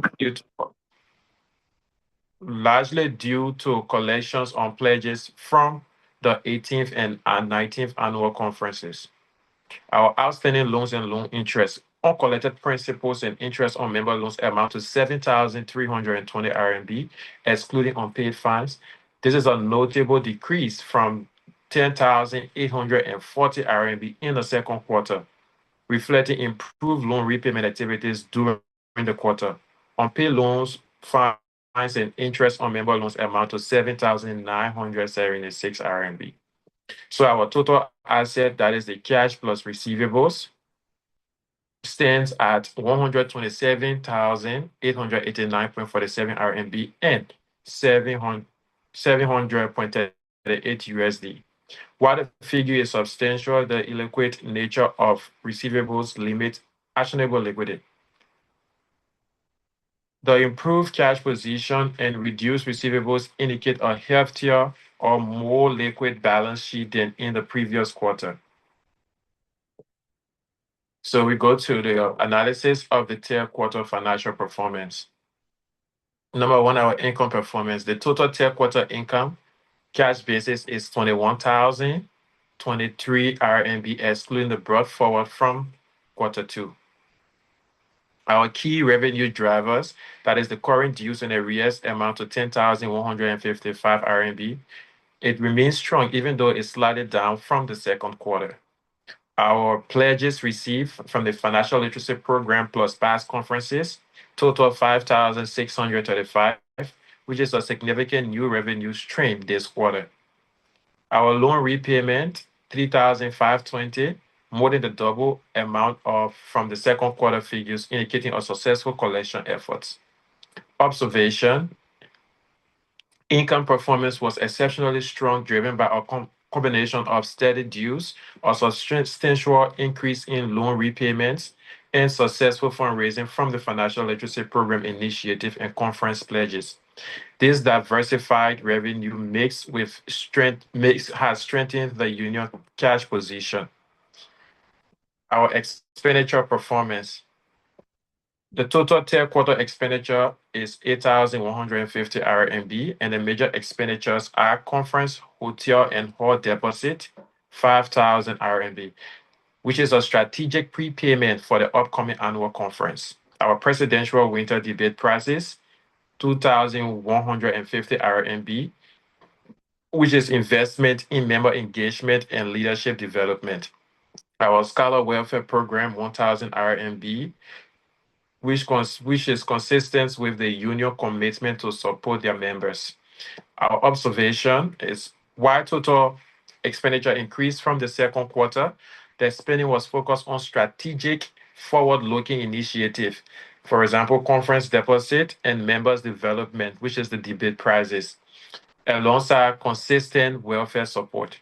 This represents a shift from purely operational spending to programmatic investment. We go to our receivables movement. In quarter one, our receivables was 49,625.90 RMB. Quarter two, our receivables were 51,225.90 RMB. While quarter three, our outstanding receivables is 48,811.90 RMB, with a decrease of 2,414. This positive movement was driven by a concerted effort to collect on outstanding loans and conference pledges. The unpaid loans and loans interest categories saw a particularly significant reduction, falling from 10,840 in the second quarter to 7,976 RMB, including fines in the third quarter. Conclusion and fall outlook. LSUIC had concluded the third quarter with a markedly improved financial position.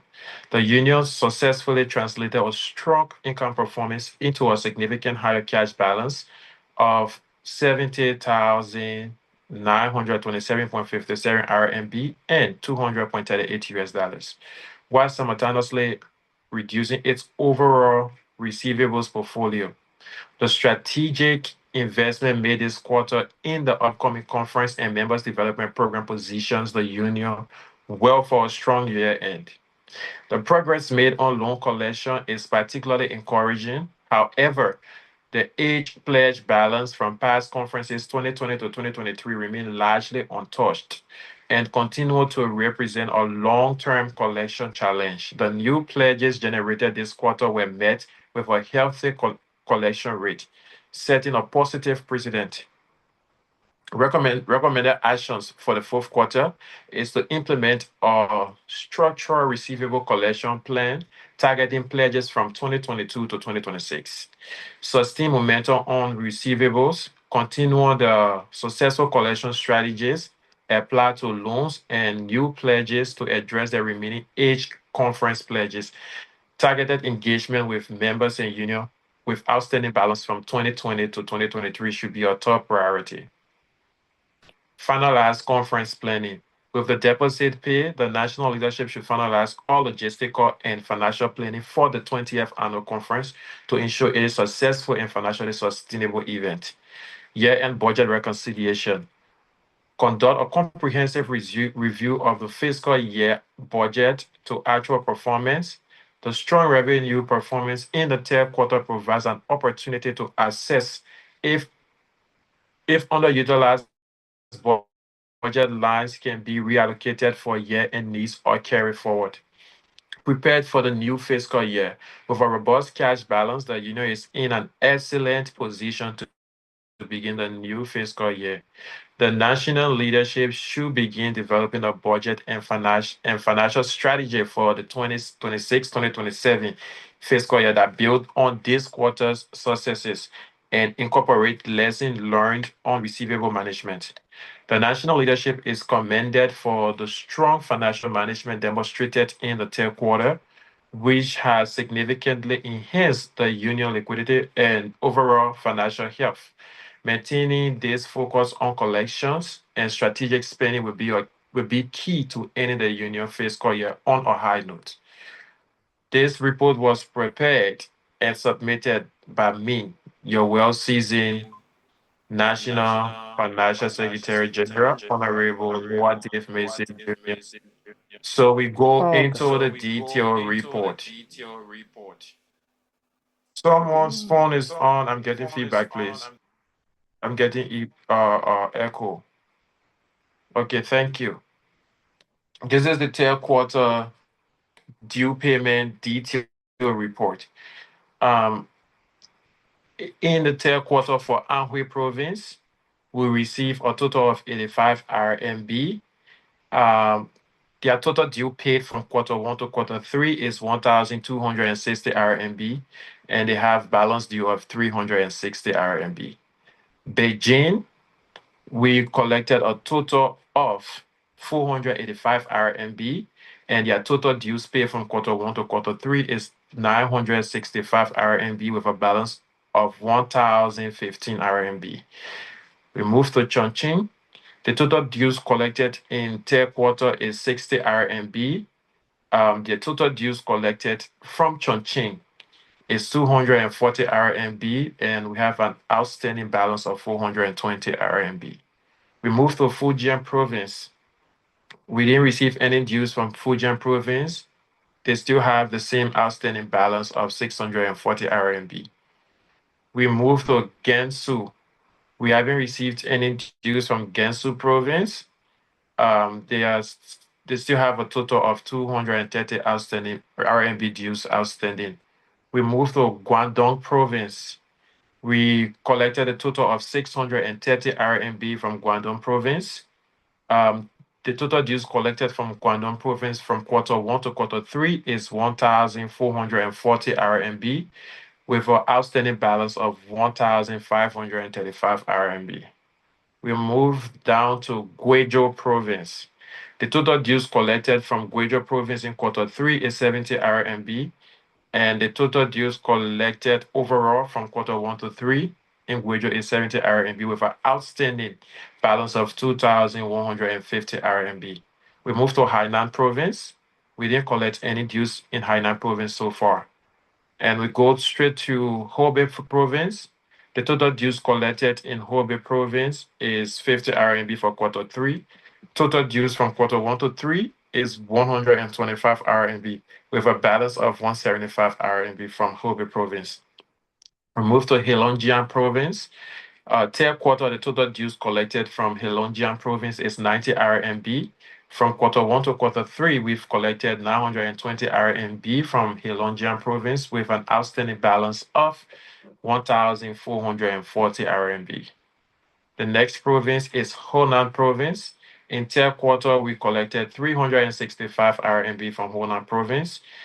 From quarter one to three, the total dues collected is 880 RMB with an outstanding balance of 960 RMB. We move to Hubei Province. The total dues collected in quarter three is 725 RMB. Total dues from quarter one to quarter three collected from Hubei Province is 1,610 with an outstanding balance of 3,610 RMB. The next province is Hunan Province.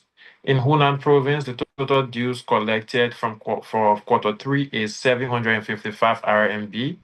From quarter 1 to quarter 3, the total dues we've collected from Hunan province is 2,345 RMB, and they have an outstanding balance of 1,935 RMB.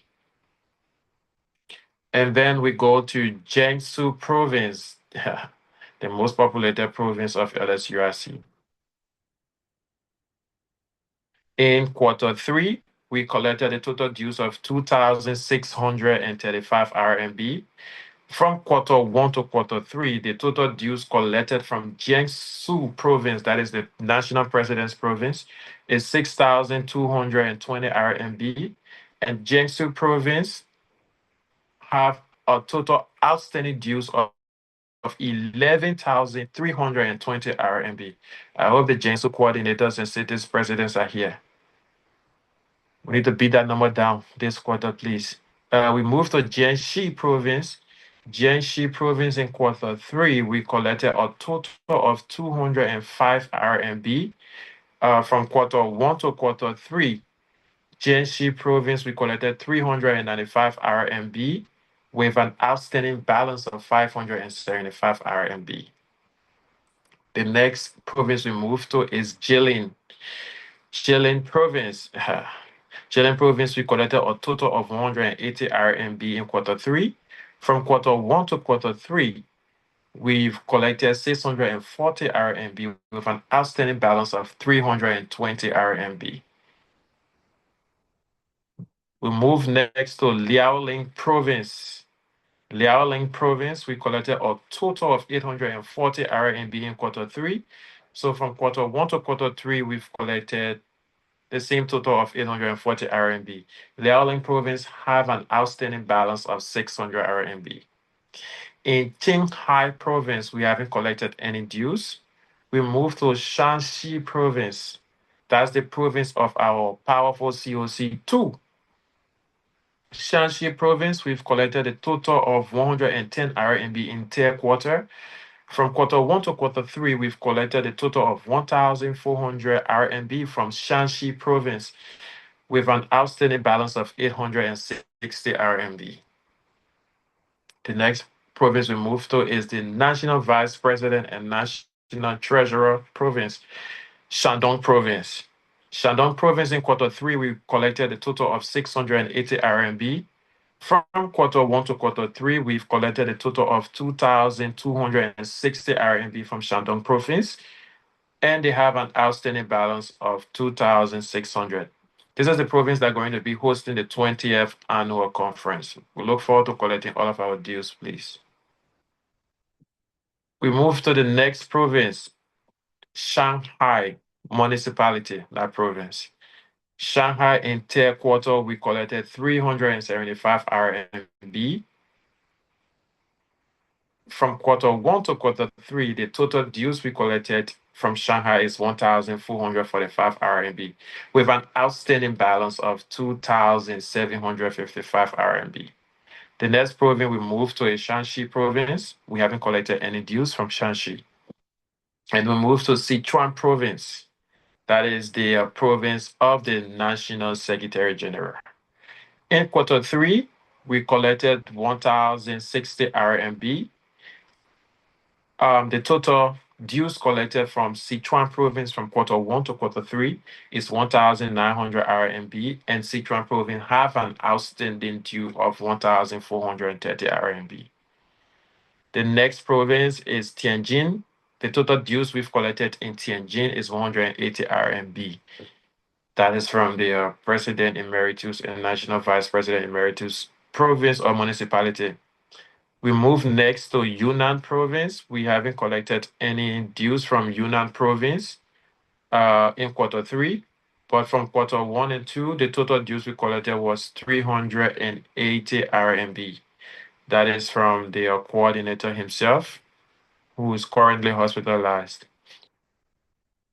We move to Mine province, Zhejiang province, the fastest growing province in LSUIC. In quarter 3, Zhejiang province, we raised a total of 755 RMB in dues. And from quarter 1 to quarter 3, Zhejiang province have raised 3,420 RMB in dues with 3,680 RMB outstanding.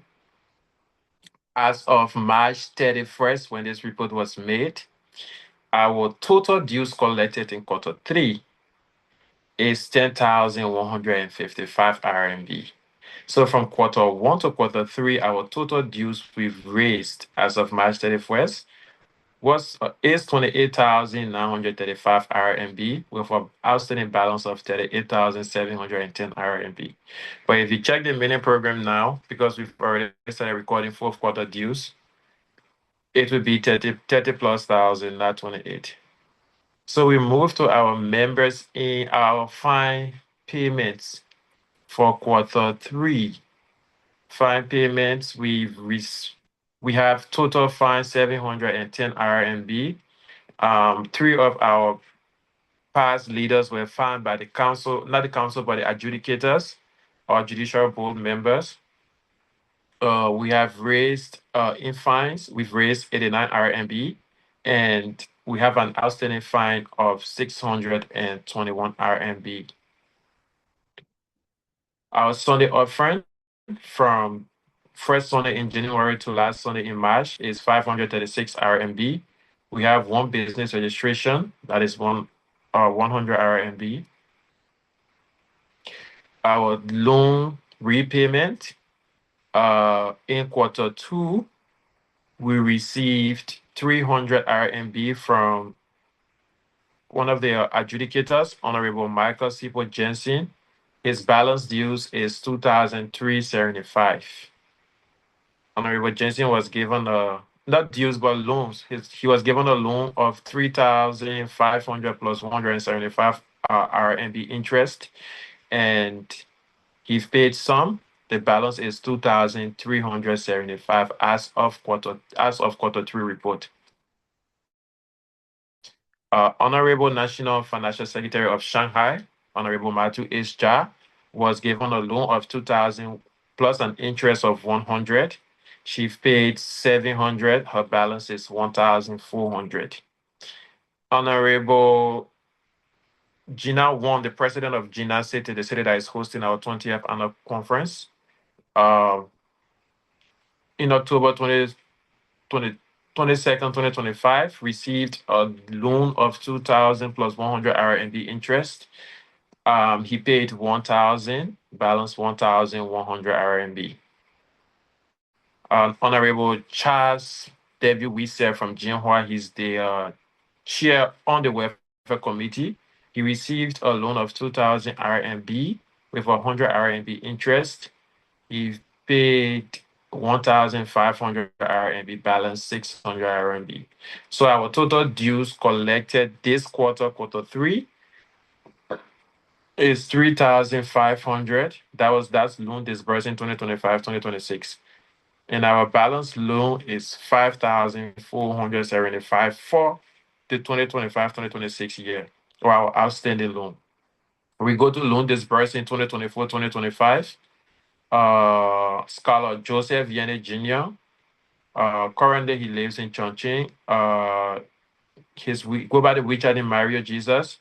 He took a loan of 1,010 RMB from the past government.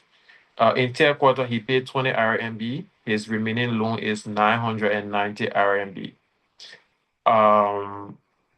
Honorable Daly David Conway, I think he's the president for the bilateral student of LSUIC from Wuhan, Hubei. In 2024-2025, took loan and still have an unpaid loan of 285 RMB. So for 2024-2025, the unpaid loan is 1,275 RMB. We moved to a loan disbursed in 2023-2024. Scholar Cheryl Miracle Nat from Nanchang Jiangxi province took a loan in 2023-2024 and still have unpaid loan of 300 RMB. Scholar Daniel Marklin Topa from Nani, Guangxi. He's also part of the chaplaincy. Took a loan in 2023-2024 and still have 270 RMB outstanding. So our total outstanding loan for 2023-2024 is 570 RMB. We moved to the LSUIC Financial Literacy Fundraiser in 2025-2026. Our first guest speaker, Honorable or Mr. Emmanuel Boone Wadham Senior from the LATS, that is the Liberian scholars that were trained in China or studied in China. He was our guest speaker at our first fundraiser. He pledged the amount of $200 and is still outstanding. One of the members of LSUIC who's now worked at the embassy in France, the Liberian embassy in France, Ambassador Aaron T. Guano, pledged the amount of $238 and he paid the amount of $238. So in USD for the financial literacy program fundraiser, we've raised $238 with a balance $200 still outstanding. We move to our RMB, the same financial literacy program fundraiser that the Council of Coordinators spoke about. We wrote a lot of people this going financial literacy program, and we asked the coordinator to submit names. The coordinator, COC1, submitted one of the powerful person in the Republic of Liberia name. His honor, Yami Kwekwe, and he pledged 500 US. He didn't pledge, he donated 500 US dollars to us. I received the RMB value here, 3,416. That's why it's recorded in RMB because I received RMB. One of the former adjudicators, Mr. Dennis Bazinan, donated 500 RMB to the Financial Literacy Program fundraiser. Our guest speaker from South Africa, Mr. Calvin P. Adams, pledged 2,000 RMB. Honorable Emmanuel Jonas, the Wuhan president, we were raising funds on Zoom that day after all of our sponsors were called and our patrons were called. We started to raise funds amongst ourselves, and all of the scholars on the platform were contributing. We have Honorable Emmanuel Juniors, he contributed 20 RMB. Honorable Emmanuel S. Gia contributed 5 RMB. Honorable Julate A. Flomokwe, our COC2, contributed 50 RMB. Mr. Abdul Kone contributed 8 RMB. Ms. Lady of Vogon contributed 8 RMB. Honorable Gabriel S.P. Kuhn contributed 38 RMB. Mr. Francis Bole contributed 10 RMB. Ms. Olive Kamara contributed 20 RMB. Honorable Queen Etta Johnson contributed 8 RMB. So our total funds that was raised during the LSUIC Financial Literacy Program fundraiser is 4,085.38 RMB, and our outstanding balance for that fundraiser is 2,000 RMB. There are some names that there are some letters we were given that we gave out, and they didn't announce how much they were contributing. That's why their names are not captured. For example, we wrote the ambassador and the embassy of the Liberian embassy in China and the ambassador, and we are waiting to hear from him as a union, as an organization, the whole union. We wrote him, and we wrote our new Ma Esther Baba, and we also wrote names that the coordinator submitted to us. So we are waiting to hear from them. Once we hear from them, they will be included in the fourth quarter report. We moved to fundraising in 2022-2023. We didn't receive any money this third quarter from this list. We moved to the LSUIC presidential winter debate. The former coordinator of Zhejiang province, Honorable D. Omario Yasia, he donated 600 RMB to the debate. And also our National Treasurer General, Honorable Jene Bona, she donated 350 RMB to the debate. So the RMB, which was used to add up to the price that was budgeted for the presidential winter conference that just happened in Najin. We have our president emeritus, His Honor Attorney H.F. Wakefield from Shanghai. We still have outstanding. We have our former adjudicator, the former law, Andrew Koko Wejda, and we still have outstanding 1,000. We have our current adjudicator, Honorable Moses Kingsford Flomo. We still have 1,000 RMB pledge. We have the coordinator of Jiangsu province, that's the province of the national president, the national chaplain general. We have Honorable Alexander D. Joe, Eddie Joe, and we still have 500 RMB pledge pending. We have our current COC one, all the way from Anhui province, Honorable Talo G. Chie. We still have 1,000 RMB pledge pending. The Wuhan Union of Liberian Students, they paid their pledge 500. The Beijing Union of Liberian Students, BULS, they still have 1,000 RMB pending. The National Executive Committee 2025-2026, we still have 2,100 pending. We paid 50 RMB.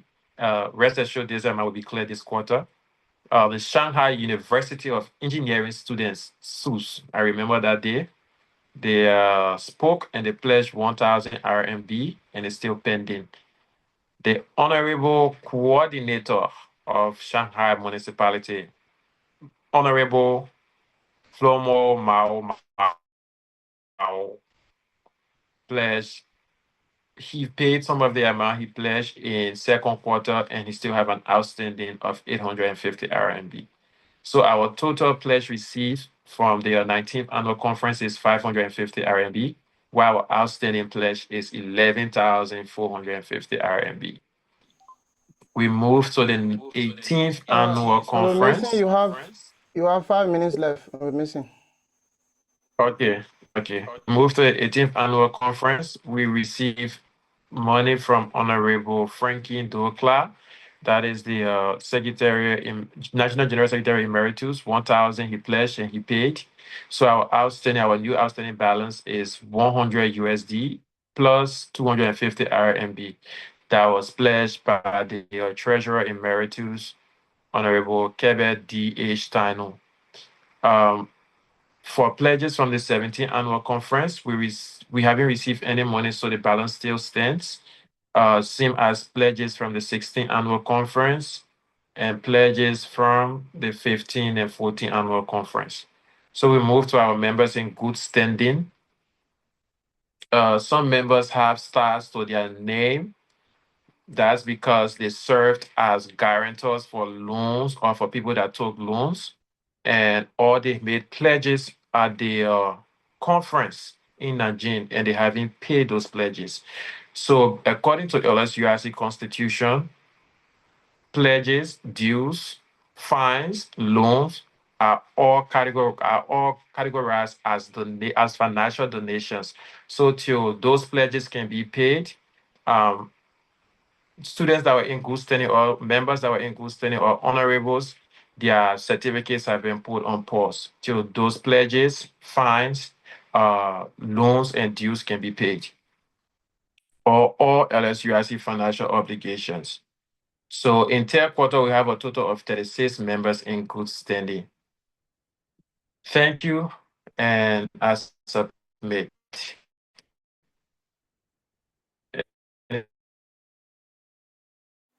Okay. Thank you so much. So move quickly into the questions. If there are any questions on the financial report, please raise your hand. If there are any questions on the financial report, please raise your hand and ask a question.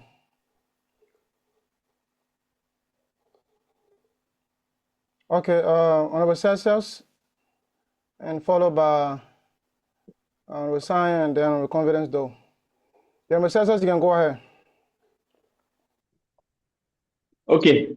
Thank you, Mr. President, for the recognition. And let me say thank you to the Honorable National Financial Secretary for uh, the presentation. It was great. It was a great report. Thank you very much. Okay, but my question is on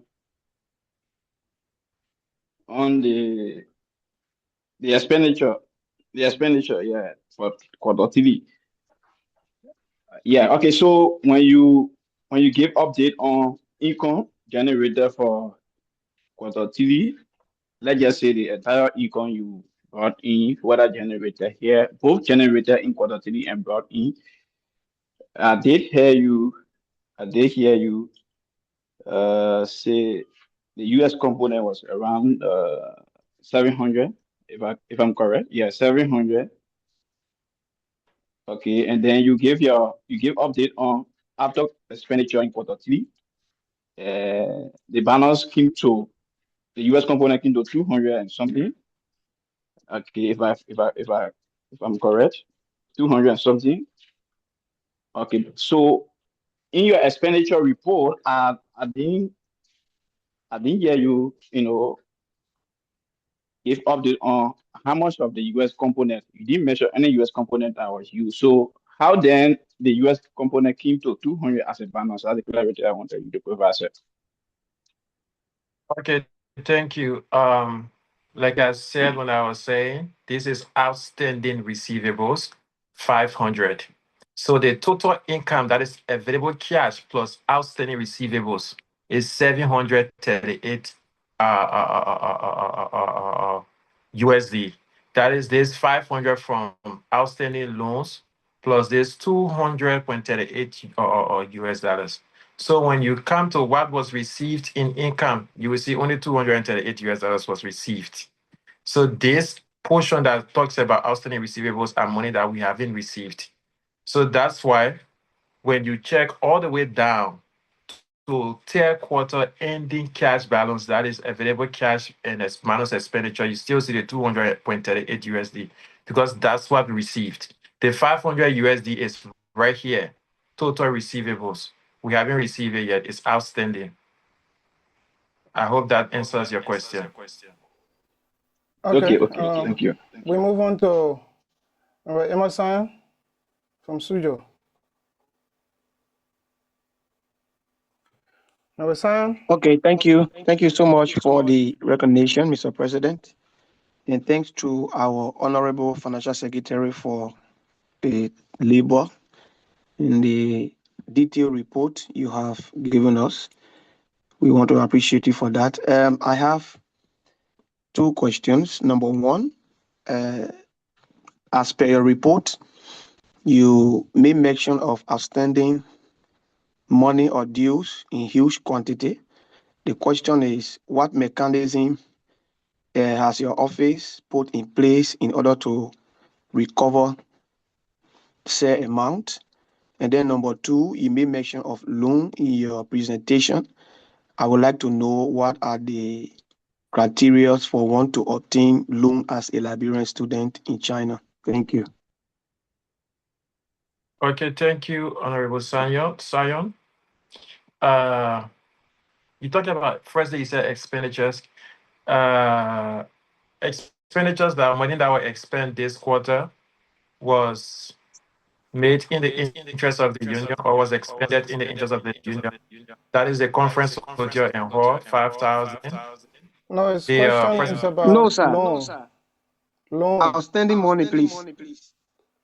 Oh, outstanding money. Olano, President, can you please mute yourself, please? I keep getting feedback. I don't know which one of the device. Hello? Okay, you talk about the loan. You said which mechanism have been put in place to receive or get them back, right? Well, we've reached out to people that took loans in our have been going back and forth and getting some of the loans back. Like I said at the end of my report, most of the scholars certificates or good studying certificates were put on pause, especially those that served as guarantors and obtained good studying certificates. They are on pause, and they are also helping us in the process to recover those loans. And who can receive loans from LSUIC? You must be a member in good standing. You must be a registered member. And the criteria set is if you are a leader, according to this year loan policy, you can receive a soft loan of 2,000 maximum. If you are not a leader, you can receive a soft loan of 1,000 maximum with 5% interest. And to obtain this loan, you have to be a member in good standing. You have to present three guarantors, and those three guarantors should also be members in good standing. And yes, but for now, moving forward from third quarter to fourth quarter is our recovery period, so there will be no loan disbursed. There will be no disbursement of loan according to the financial policy. All right, Honorable Doe, you can come in.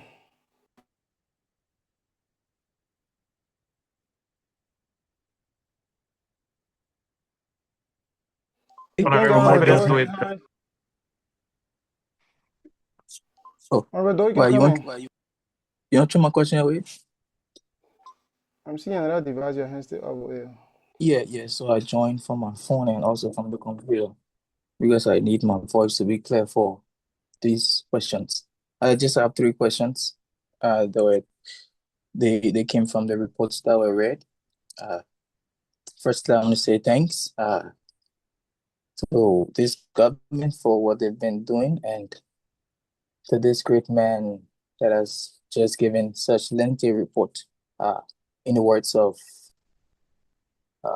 Tanzania First President uh, Julius Nyerere, he said, "Why the great powers are trying to go to the moon?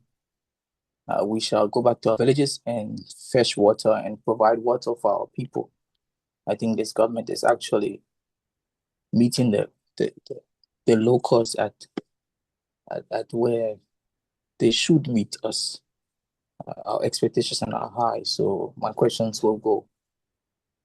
The first question has to do with the dues. There was a case last year and a couple of years back at the JB that had to do with the same loans. And I understand that from the findings or the results that were given from the JB, dues are not binding on members of LSUIC. So if we're still holding to that definition, uh, I would want to ask, why is the financial secretary still dragging people names in his report? Yes.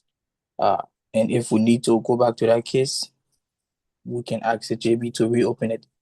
That's the first question. My second question has to do with IEC fees.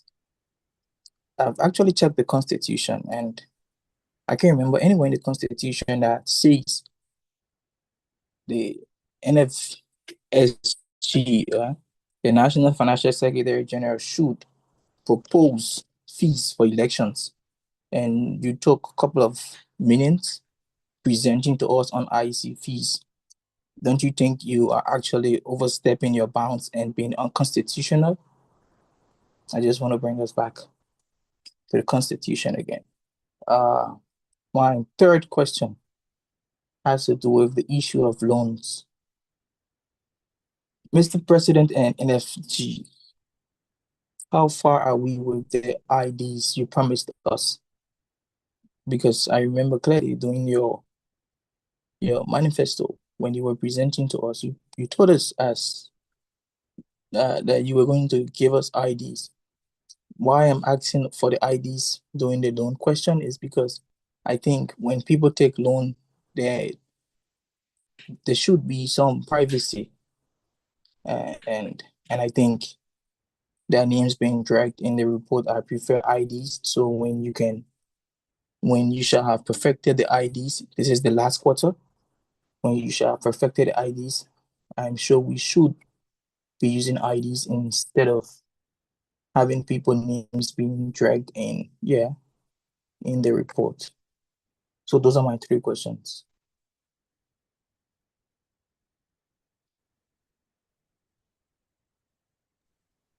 Yeah, I'm listening. Go ahead. Okay. Your first question. There's nowhere in the Constitution that says dues are not binding. So I don't know which one of the judiciary board that told you dues are not binding. I think you have the Constitution. Go through it again. I don't know the case you are referring to. If you are mistaking pledge for dues, then you can state it clearly. But unless you are see, Yes, I mean pledges. Yeah, okay. pledges, pledges. Um, I will just give an example. For us that have been in LSUIC for more than 6 years now. At the conference in Guangzhou, the president emeritus at the time made a pledge that if the conference comes to Shanghai, I pledge to pay everybody conference fees. The conference came to Shanghai. When the president emeritus at the time said, I'm not paying people conference fees because it was a pledge. It went to the council, there was a whole lot of case. It went to the council. At that conference, the president emeritus was called or named member not in good standing. So one, the president emeritus had no voice at the conference. Two, he was not even allowed to be addressed or given the chance to speak. So because that's constitutional, financial or financial contributions in LSURC um, is categorized into dues, fines, loans, pledges, and donations. When I say all financial contributions in the Constitution. Um, Speaking of pledges that you're talking about, I even reached out to one of the person who crafted the LSUIC Constitution to explain this to me, and I got a clearer explanation. And my decision as the National Financial Secretary goes in line with that Constitution or with the Constitution No, we are using, the 2020 amended Constitution. So, we skip. pledges. Can I finish, please? Who's talking? Can I finish, please?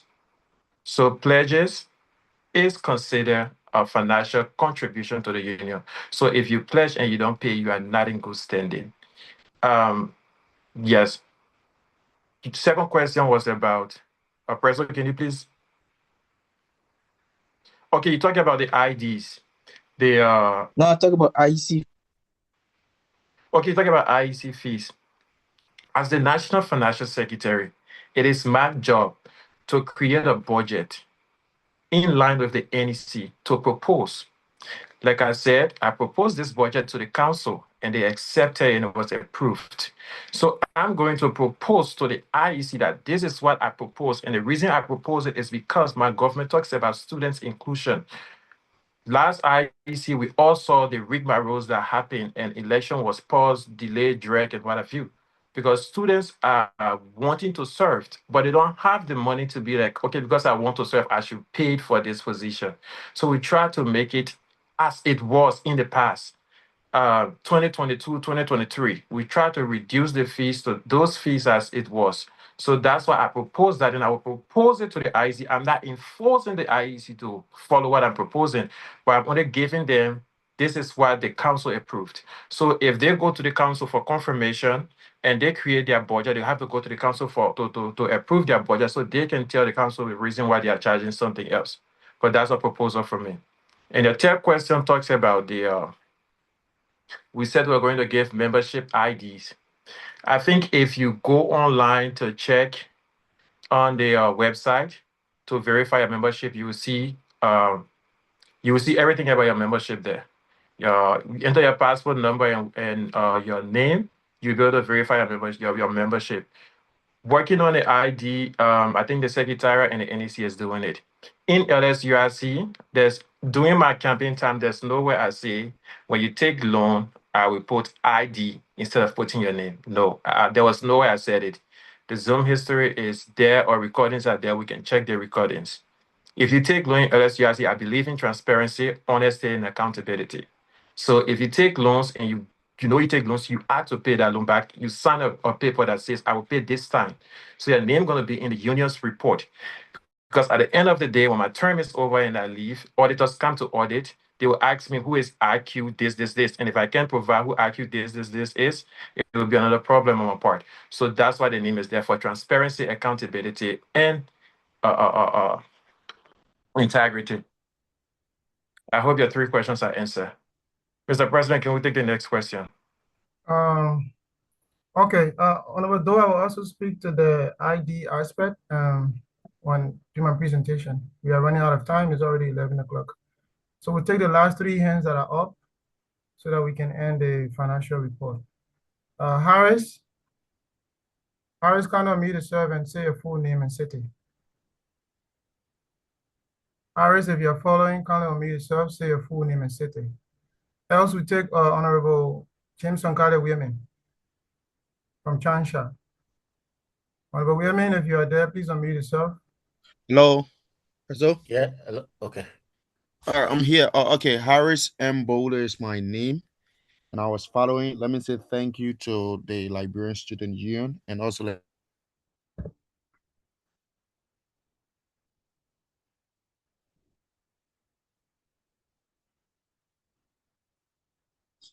of us who probably got encouraged through the leadership of the honorable president, and we started actively being involved within the Liberian Student Union recently. So now, basically, mute. Yeah, go ahead, go ahead.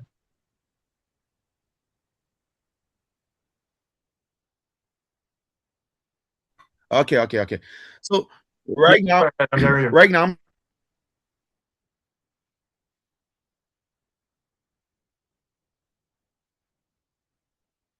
I'm trying to ask him about the due, and he told me like, yeah, it is this isn't so amount.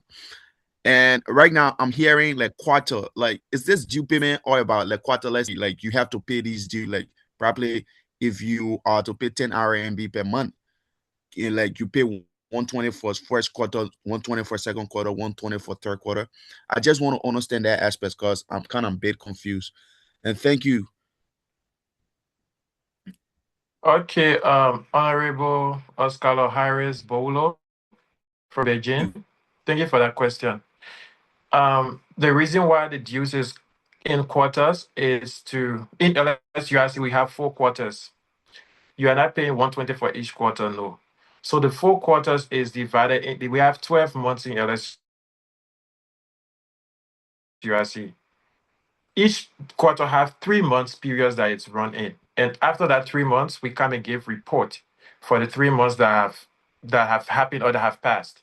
So the quarters you see in the due or stuff doesn't mean you have to pay 120, 120, 120. No. You have to pay according to your scholarship type or position type. If you're partial, you have to pay 10 RMB. Over the 12 months is 120 RMB. So over that 12 months, if you pay 30 RMB in the first 3 months, that is from July to September, that is first quarter. Second quarter, if you pay another 30 RMB, which is 60 RMB, that is second quarter. Third quarter, you pay another 30 RMB, which is 90 RMB, that's third quarter. And if, in the fourth quarter that we're in now, if you pay the remaining 30 RMB, that's your dues you've paid in quarters. Some scholars or some honorables paid all of their dues in the first quarter, or pay all of their dues in the second quarter, or pay all of their dues for the year in the third quarter. So you only pay dues monthly or annually or any amount you get. Because we know the financial burden can be on students, that's why we create a flyer and logo say you should pay small. So even if you pay, like for you, you pay all of your dues in third quarter, you are not going to pay dues in fourth quarter, no. You have already paid. That's why the certificate you receive, the good student certificate says for the whole year, the union year, 2025 to 2026. All right. I'll move on to Mr. Women, and lastly, we take this the person with Infinix, he can kind of maybe say a name later. But Okay. Well, anyway, good evening to you all. And again, I say a big thank you to the leadership in general and the entire secretariat. Thank you very much for the well-structured financial report. But when I was, listening to the report, there was little oversight, maybe during your pronouncement, maybe you had a lot of figure to read out, you might have made a mistake. Okay, you were talking about the outstanding receivable.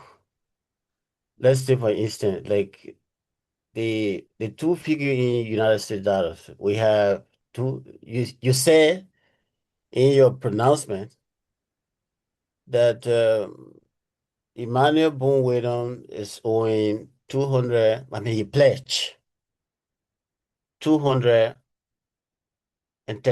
US, but in reality, what is written there is 238 cents. So because this is a financial report, I'm just trying to bring that to your attention. I know this was an oversight, but it should be corrected because you said $238, but here we had 238 cents.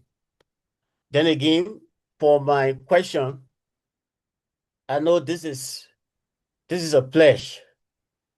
Everyone is obligated to paying this money. So what strategy put in place, the existing strategy to constructively engage those people to be able to pay the money that they have pledged? Do we have any constructive engagement strategy to be able to receive the outstanding debt?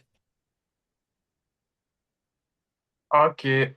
Thank you. You were talking about the 738 and 500. I didn't get what you were saying there, but In front of I will just Aaron, speak to okay, it. let's just look at that category. Okay.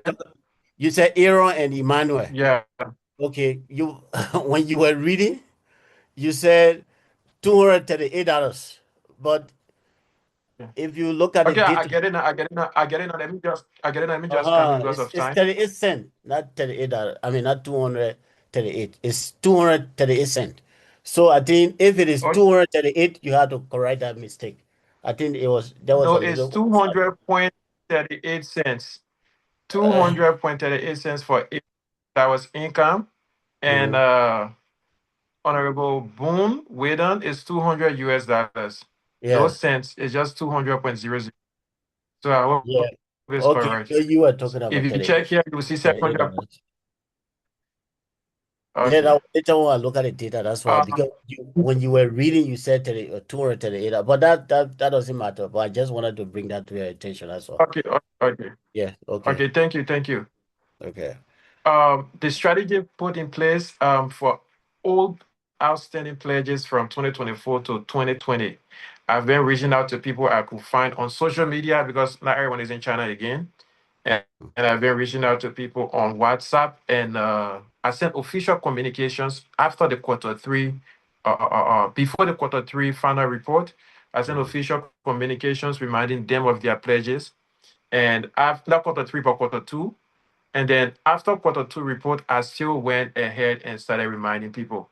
Some people said they already paid those pledges. They don't know why their name is being reflected or still reflecting in LSUIC database. And I have to like get. I told them to give me proof that they pay so I can ask the past financial secretaries. And yeah, I've just been asking, and this time around, I think all of the NEC members, we're all going to put all hands on deck so that we can be able to generate that unpaid pledges. We are going to come up with another strategy to maybe engage them personally Mhm. based on we use our friendship and relationship with others to see how best we can reach. But I've been reaching out. Okay. Okay. So the follow-up question, please. I hope I'm not Okay. taking more time. Okay. When you were taking over, did you receive any turnover note from the past administration or your predecessor? Uh, Because Ye- there's yes, I I did. see They received turnover little notes and financial disconnect. documents. Because if the financial document not correlating, then it will give you a hard time. Because if you are engaging somebody, then somebody telling you that, oh, I don't know why my need has been reflected, this amount has been paid. Then the previous financial secretary is not giving you the actual information, and it will give you a hard time. So we have to correct that. So maybe like what you just said. Honorable women, Yes. Honorable women, the documents I receive still reflect these people's name, and that's the same document I'm using to get the unpaid pledges. Okay. All right. Anyway, that one So we can discuss that behind camera. No I problem. told them to either reach out to the. Okay. All right. Yeah. Okay, okay, Yeah. Let's okay, we are discuss live that on one behind Facebook. camera. Yeah, we are out No of time problem. now. So we take the last person. Okay. We take the last person. I think if that was Emma who changed his name, then we take Emma's. Abdul will get it later on, maybe doing AOB because we actually out of time. So Emma, you can go ahead.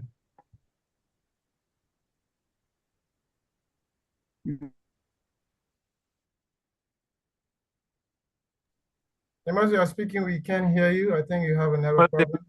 Not hearing you.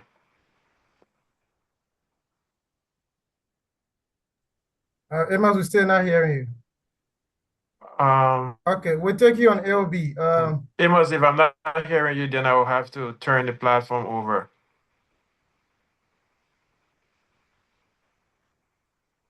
Okay, Amos, you can just type your question in the chat box, not to waste time.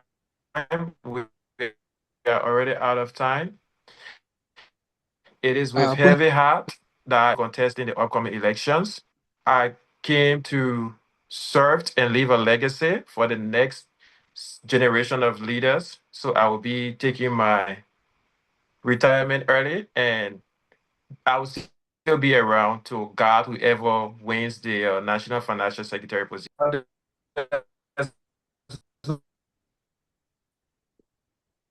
Honorable, are you speaking? Yes, okay. Now I think the network is good. Are we having a motion to accept the report that was just read? Yeah, there was one motion I called across to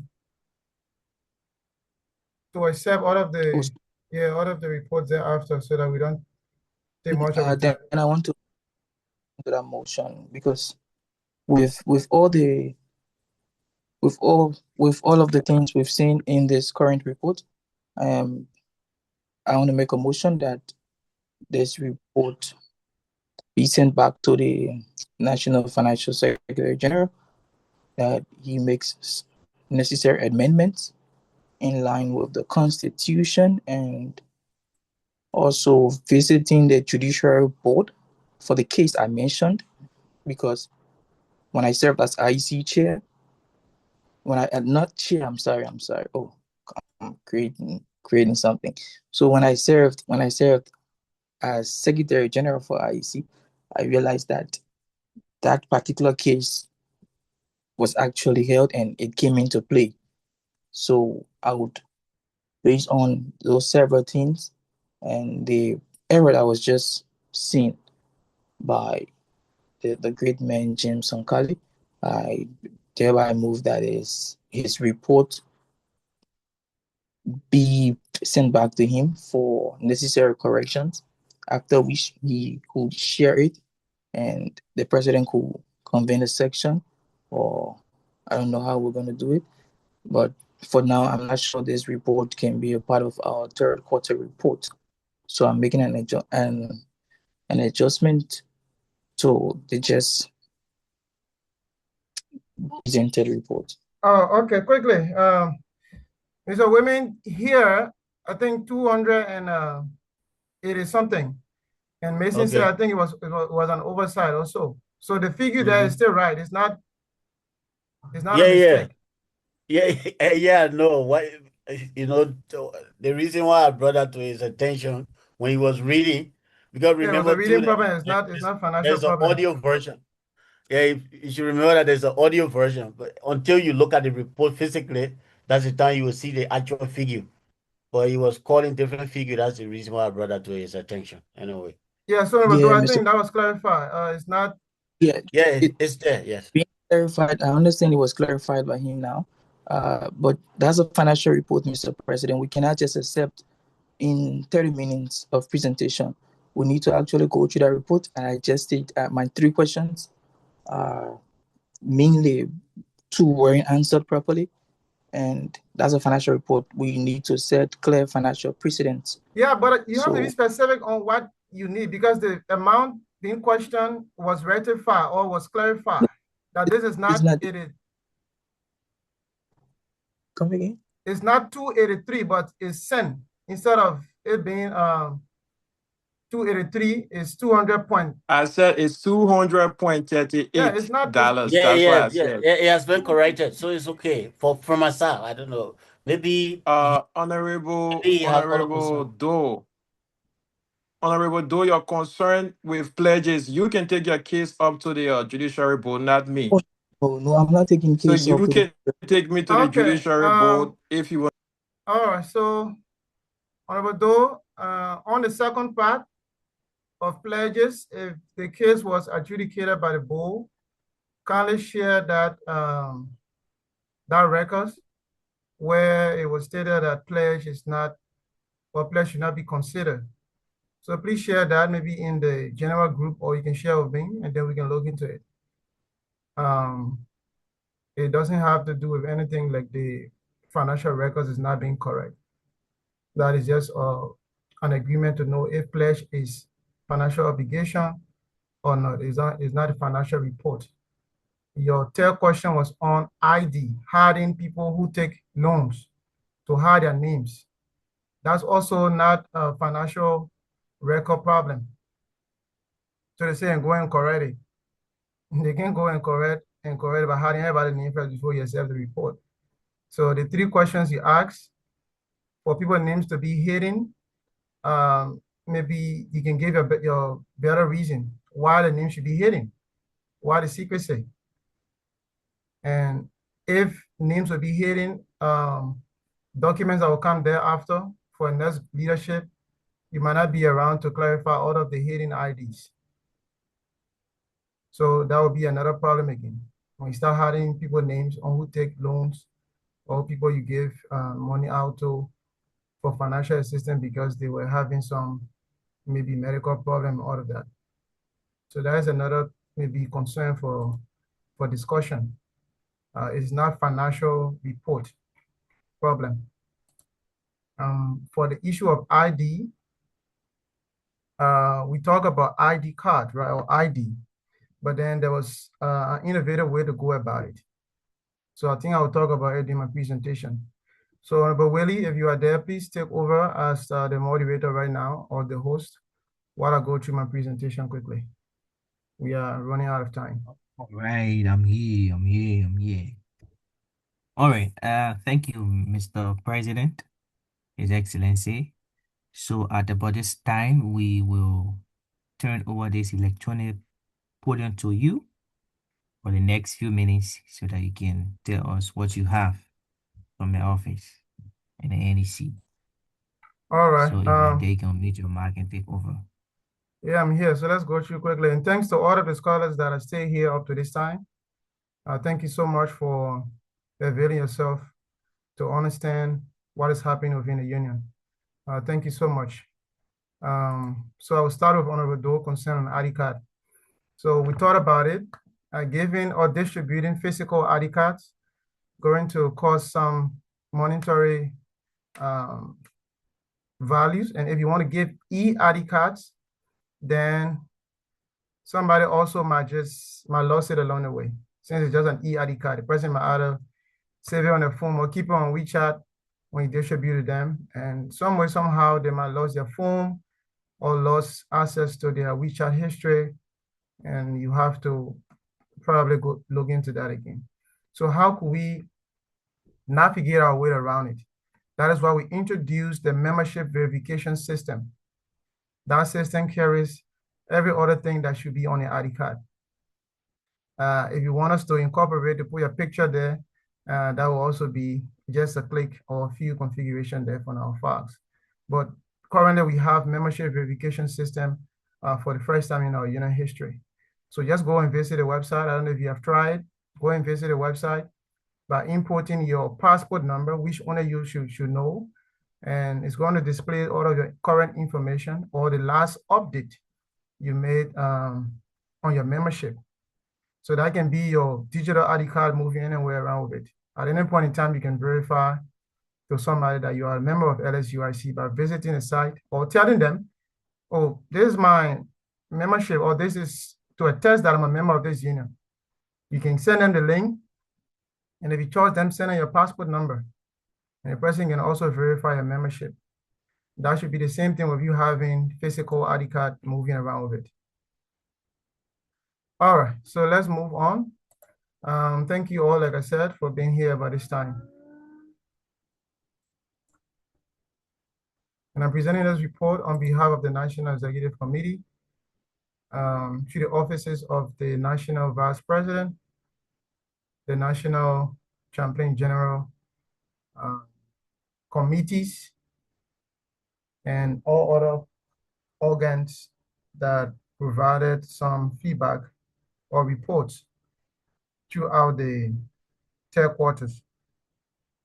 If you can hear me, Tyler, if you're still following, if you can hear me, please send one in the chat session just to confirm if I can still be here. All right, thank you. So most of the time when we come for these meetings, or many people in LSUIC now don't know about our union. Even some old people, if you ask them about LSUIC, certain things they don't know. So it's important that we start to go about this process by educating all of us on this union that we are all part of, so that tomorrow people are talking about this union, you have something to say, not just the issue of due payment. So it was founded in 2006, July.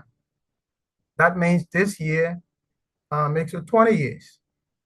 So we should be celebrating our 20th anniversary in Jena at the General Conference this year. So it is not just the regular conference. That's why you even check the budget, you see that that money was increased compared to previous administration conference budget.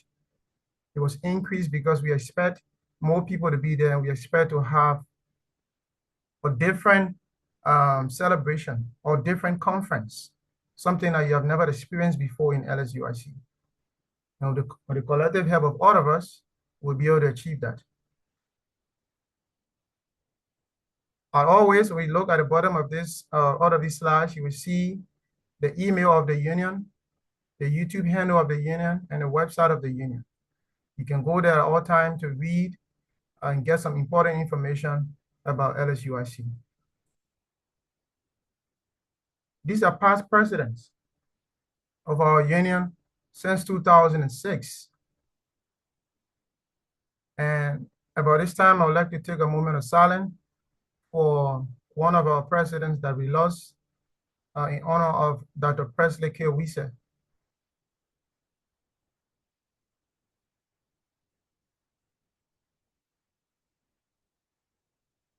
Thank you. So these are all of the people that have served LSUIC.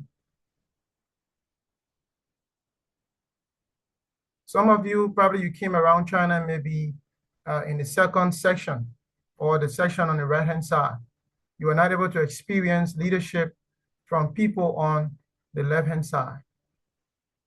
And that's why we introduced something called a legacy hour to talk, or to bring these people back so that you can hear from them. Number 14 was the president that we took over from, who served for 2 terms, but then he resigned 10 days to the general conference, and his vice president have to serve for that period of 2 weeks for the transitional period so that we can go through the conference. So if you are following, you can just take a screenshot of this so that this can also inform your decision to know some things about the union.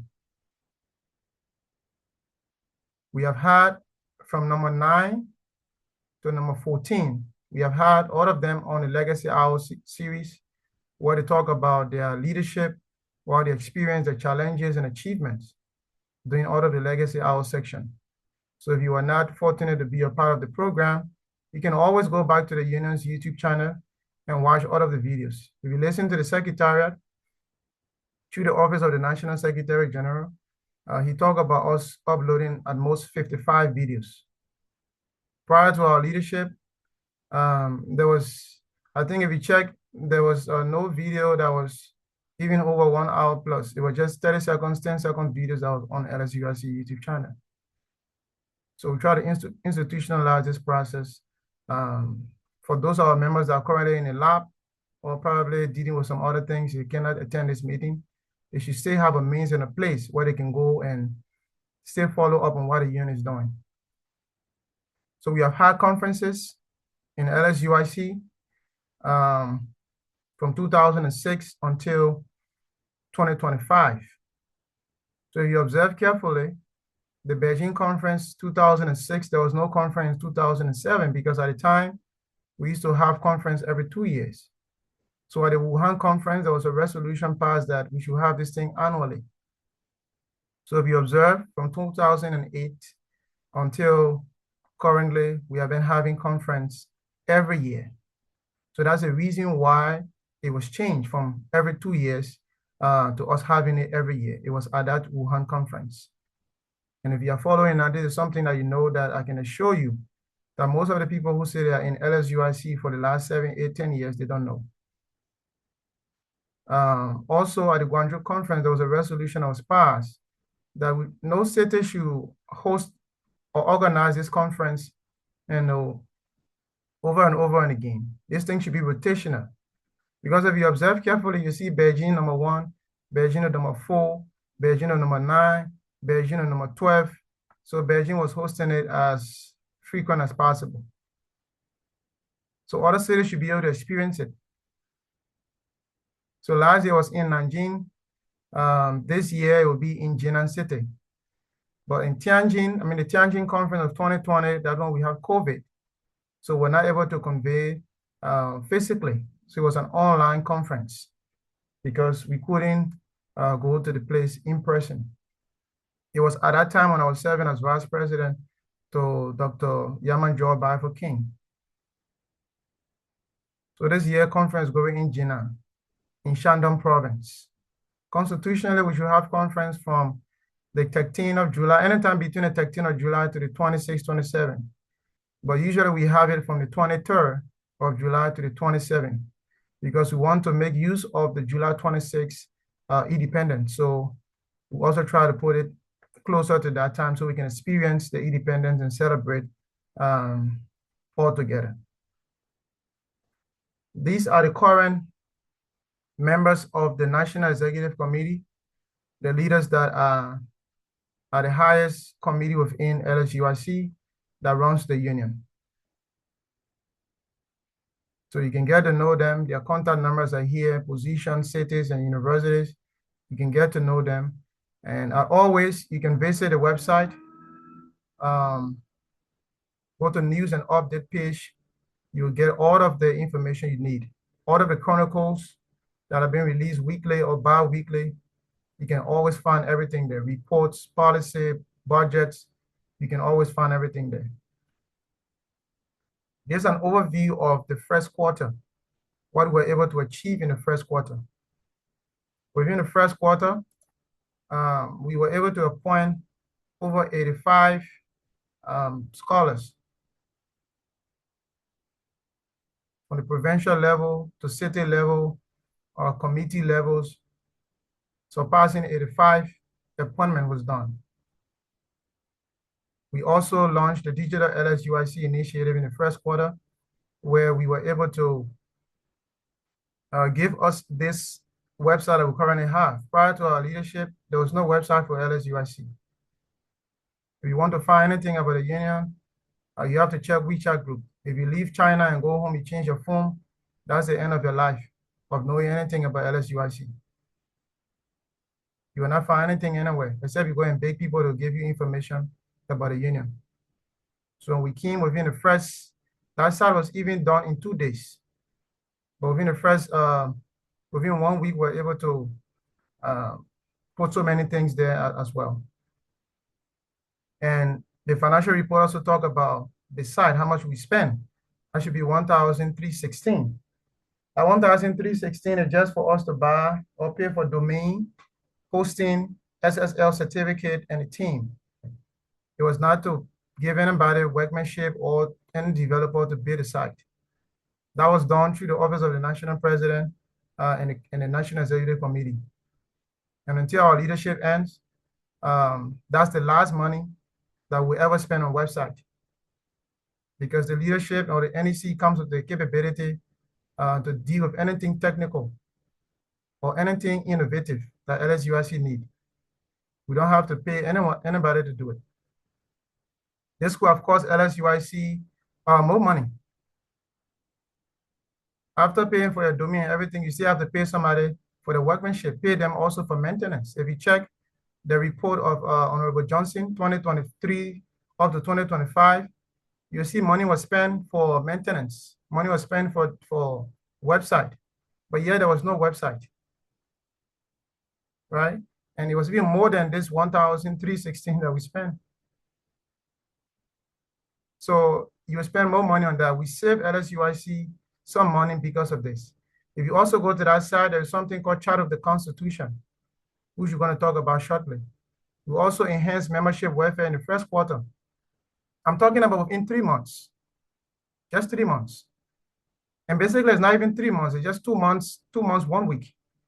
Because we took over July 26th was the day we took over, was still at the conference. We have not even gone back to our various cities. So in 2 months, 2 weeks, 2 months, 1 week, we're able to achieve all of what I'm talking about. Students need a T visa, transitioning to different schools. There were 40 of them or more were assisted through the help of the Liberian Embassy near Beijing and the Office of the National Vice President.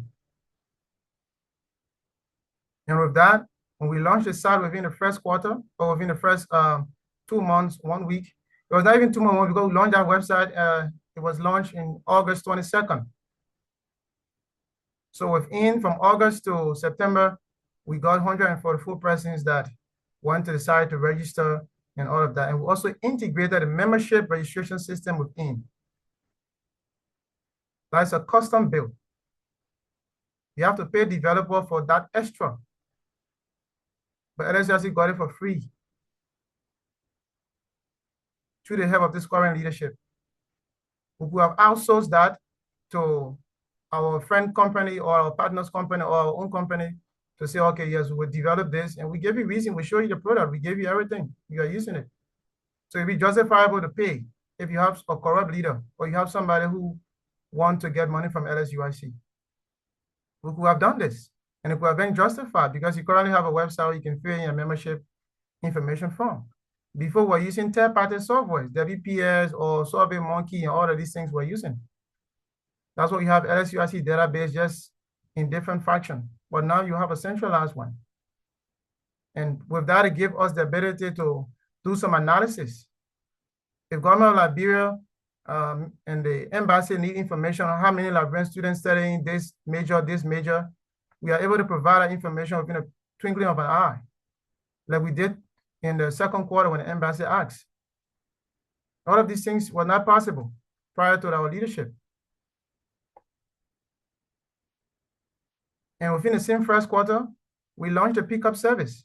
And kudos to all of the city presidents during that time, and even some of the other members that were helping during that time to help new students that were coming to China, to help them pick them up and help them with all the things they needed. Though they were not yet registered of LSUIC, though they were not paying dues, but we cared about them. The fact that you're coming from Liberia to China, we consider that you are going to come here and be a part of this big family. So we launched this pickup service. And we followed the first quarter report. We also showed more light on it. And I think I'll talk about the website launching. This was the date, August 22nd. We launched this site. And these are some testimonials from students that were helped during the pickup service. There were a lot of them. A lot of them were helped by this leadership and the leadership of collectively as LSUIC. This is something we have not seen for a very long time. To care for people who just come into China. All of the city presidents are very busy, very, very busy, moving up and down, trying to get these things resolved or get students to be helped. Because some of us, when we came, The driver just give you any kind of amount. You just come in JJC, so you just pay, you just change US dollars, so you just pay anyhow. So some people we couldn't maybe get them, their friends help them or some way, somehow, but as long as you visit the LSUIC Facebook page or website, or your friends in China also told you about this, you were helped by your city. And I talk about the chart of the Constitution. So currently, I think I disabled the function for you to log in as a requirement. Now you don't have to log in again. You can just go and visit LSUIC website or the link here, lsuic.org/constitution. You'll see the button there called Chart of the Constitution. When you click on it, you can ask any question in simple English. And it's going to tell you what the Constitution says about that particular thing. As you can see here in the prompt, is the national president being paid to serve LSUIC? And the answer here is what?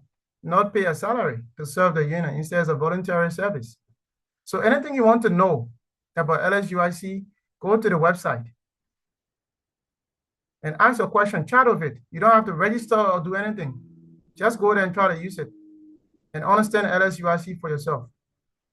This is something that we introduced within the first quarter that was not available. Let's move to the second quarter. We also expanded the leadership by appointing additional city presidents that took us up to 30 and provincial coordinators up to 19. The largest you have ever experienced in LSUIC history. Today you saw this, the National Secretary reading report of providing updates from cities. Some of you are even bold because cities keep coming after one another.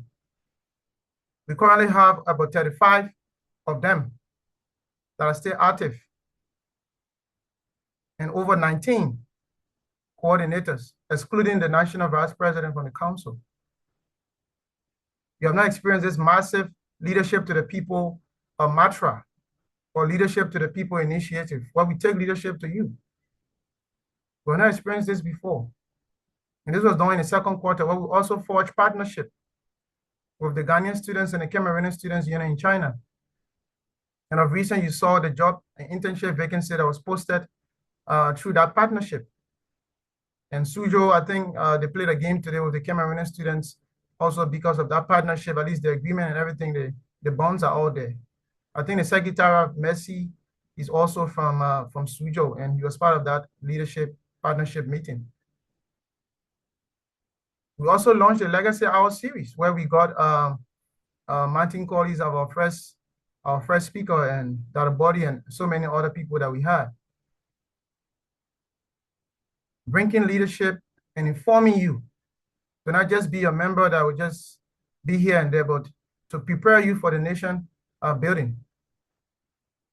There were so many workshops we had on data analysis, research, and a lot more. Within the second quarter, we have up to 222 persons that were able to register with the union. And in that same second quarter, we also visited about 10 different cities and provinces.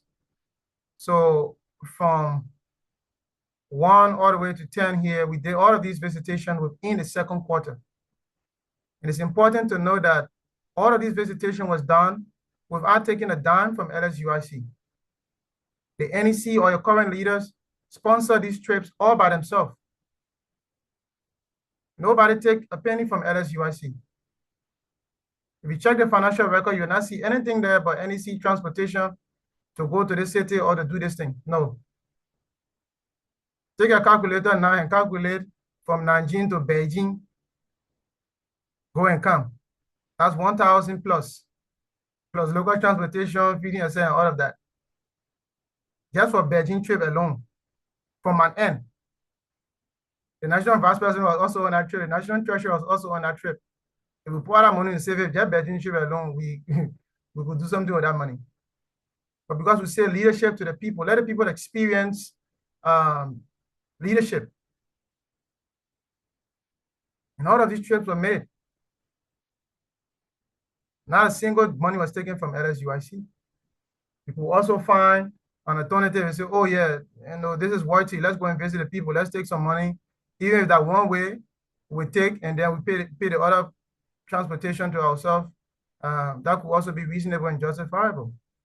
But we said no. We came here to serve the students, not to take a dime from LSUIC. And I went there, met with Mr. Wilming, and he's played that day. A lot of other great scholars that I met with in Hunan province. I think we met in Jujo. And I went there on the 29th up to the 30th. So it was a great time that we had there as well. And thanks to the leadership there. And Sujo has also been a very great ground for me as well. Thanks to Honorable Prince Wasedi and the leadership there in Sujo. So few things that we promise. Transparency. You get a financial report on time. We currently launched the financial records right now of LSUIC. You can access it anytime, anywhere, any day. You don't have to message financial secretary to ask for financial report. You can find it anytime in a group. It's available 24/7. You can even call all of your friends, just sit in one room and say, let's check the financial record and see what are the men stealing money. It's available to you for the first time in a year history. You have access to financial records like anyhow, some of you that are around, The Academic Excellence Committee did a very extremely job. Very good job. We'll stay with them next season. You saw also from the financial secretary that we currently have a balance on the 2,310.19.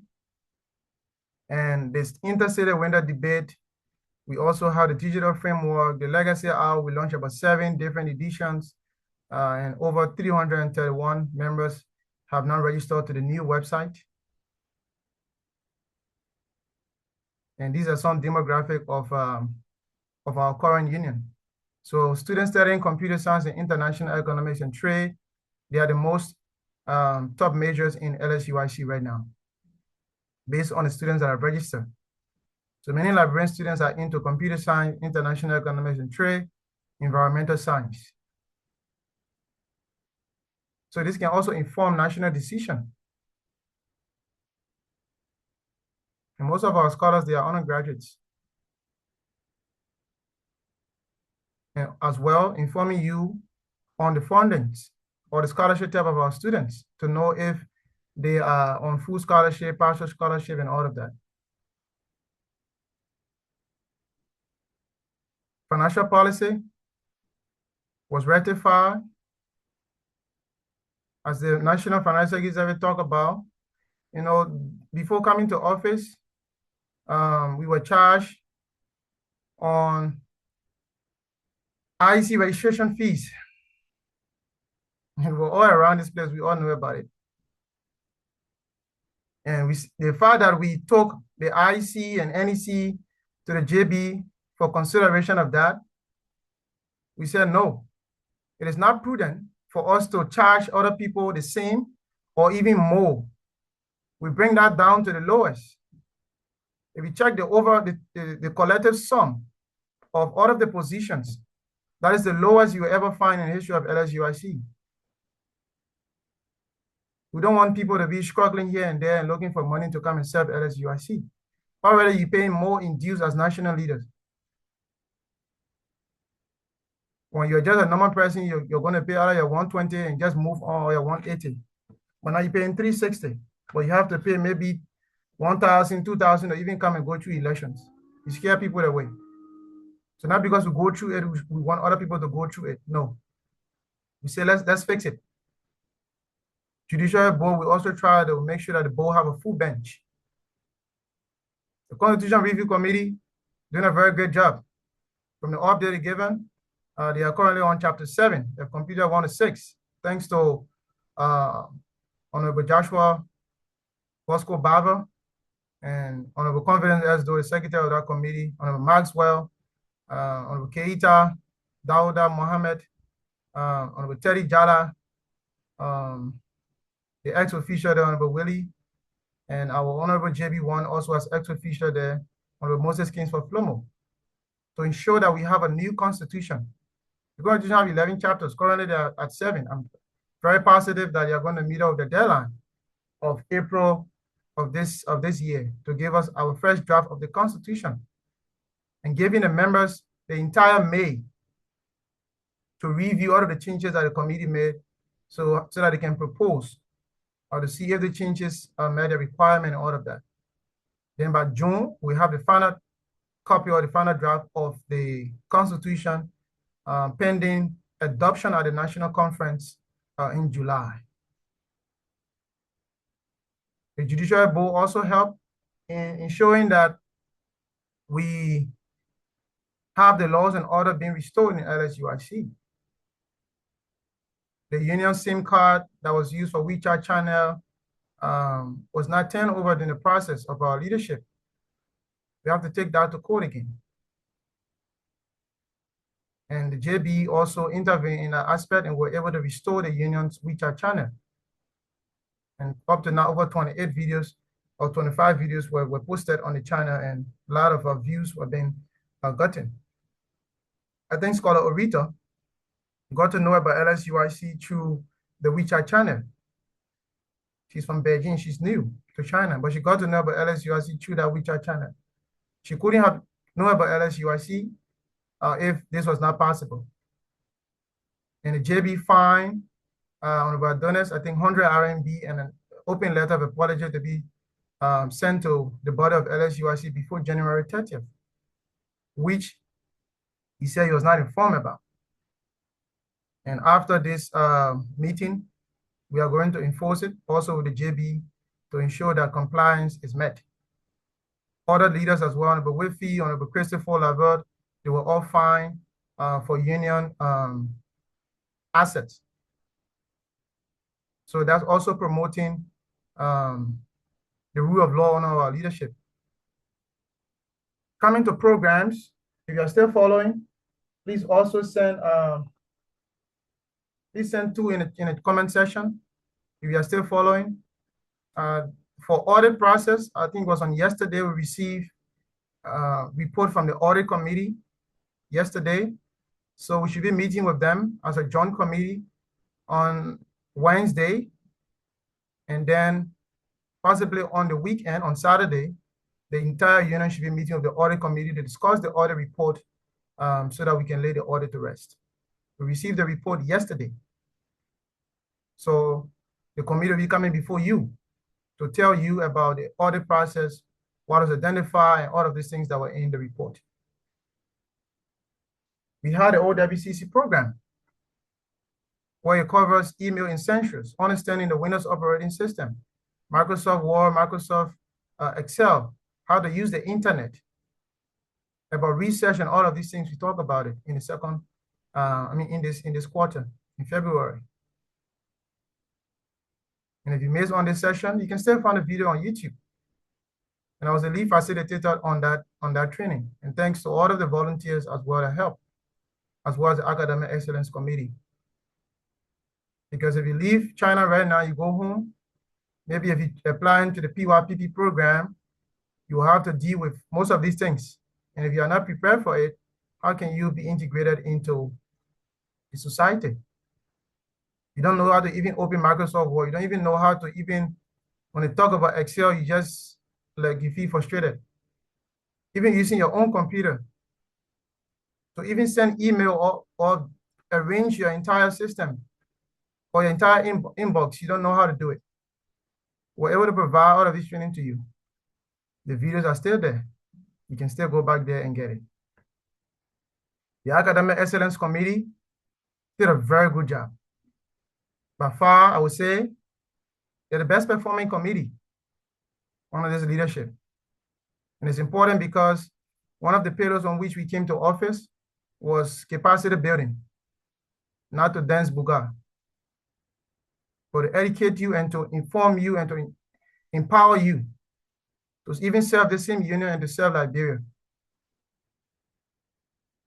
So they talk about how to get scholarship and internship. Also business. They also come to the OWCC we talk about.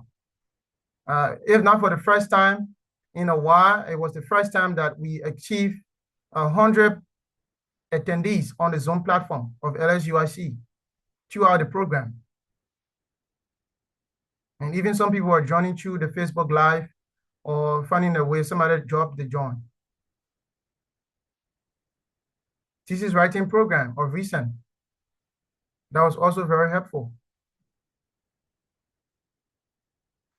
The debate, all of us, I think we're all part of the debate this one time. And we all saw how the debate went. This is by far the best debate that you have ever witnessed, or the entire planning and preparation of it. Thanks so much to Dr. Moba, Honorable Cornetta Davis Johnson, and all other AEC members, and the judges as well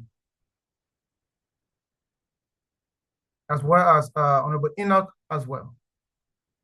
Judges scoring system, dashboard, timer, and so many things were brought on.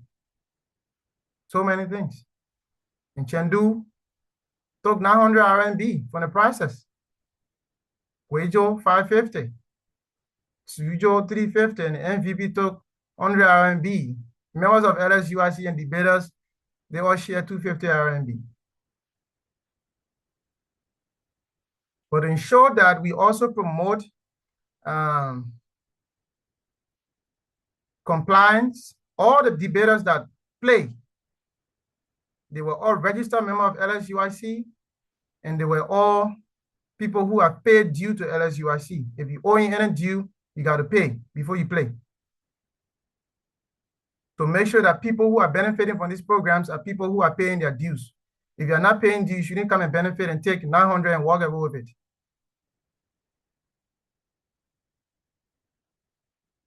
Preserving our past. We introduced a Legacy Hour series where we try to bring past leaders to understand what happened during the time of service. And we're able to bring at least 6 of the last presidents that served LSUIC. On February 16, we had Honorable Emmett Amoni Green, who served as president from 2022 to 2023, followed by Dr. Yamajo Bafo King, who served from 2019 to 2020. She was with us on March 2nd. And we have Honorable Dr. Hassan Francis Wifi, who served from 2020 to 2022.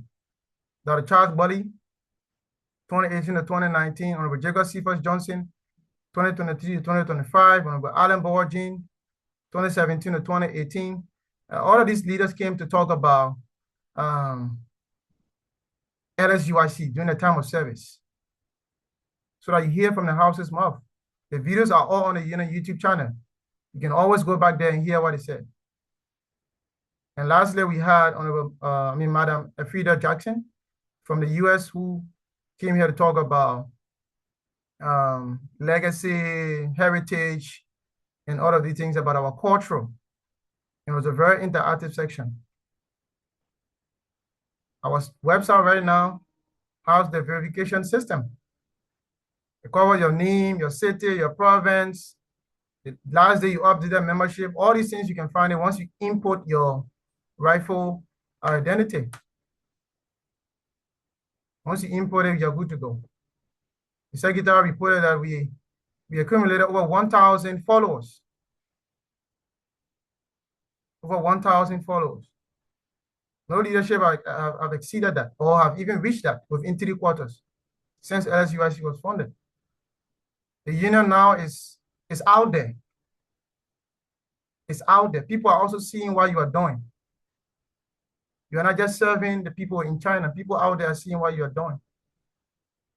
And to ensure that when we are leaving the union in a better state, we have initiated the transitional archiving system, where all of the offices currently have their files and the folders there. We'll just be dropping all of the documents they work with, drop it in a folder online, so that anybody coming, they will have all of these things that we are reporting on. They will have everything in each office. The national president got a folder. He put everything that he had worked with, he put it in that folder. The next person don't have to suffer to start looking for things all over.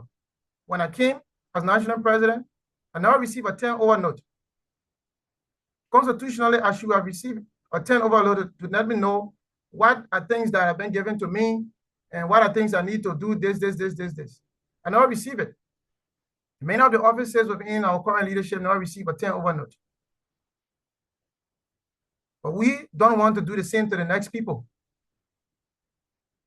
So for the first time, we have the digital archive to ensure that all of the information of LSUIC will be stored there that we have. You don't got to be calling people and say, oh, what happened during your time? Or do you have this financial report? Do you have this third quarter report? Please send it to me. No, that's not how it should be. That's not how it should be. We have some other programs from the program planning committee, back to school, social hour. The chaplaincy also have spiritual programs on harvesting, fast and prayer, and different programs, social hour 1, social hour 2, and it was a great time. The National Vice President has been working tremendously with the students to ensure that attestation letters are given, T visa issue are addressed, and a lot more. We should be having a whole many of them coming up in the coming days because graduation is coming.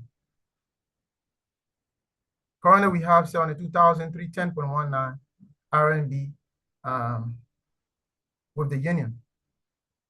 No conference fee yet, no IC registration yet, no clearing the other pledges due and all of that. As of now, you can imagine. The highest in due, I have to verify that, but that's the highest in due that we have ever collected in our union history. The highest in due we have collected in our union history, on us. And thanks so much to the Liberian Embassy for always being there when it comes to understanding the need of students, through the office of the consulate, or the first secretary there, Madam Esther Power, who's working with the National Vice President to ensure that these students' concerns are addressed through the Liberian Embassy near Beijing. We have something called the homecoming of LSUIC, and that will be done by the end of this month. I'm sure you have heard about homecoming, and we're giving LSUIC the first homecoming. We have so many of our people, our veterans out there around the world. We want to bring them by and tell them what is happening in LSUIC now, and also hear from them so that we can have that one-time meeting. And we want to institutionalize it that every year we should have the homecoming.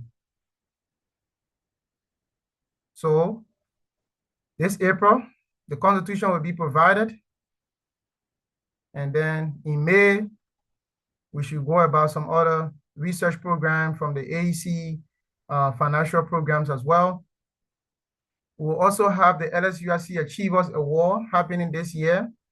It was not done last year under the last leadership, but we'll be bringing it back this year, where students will be voting for the most sociable scholar within the union, both male and female, the most innovative, an award that so far that I have begged for the longest since this Achievers Award was launched. Now the most innovative Liberian student in China, and also most generous will be the most influential, which has also begged as well for the most part.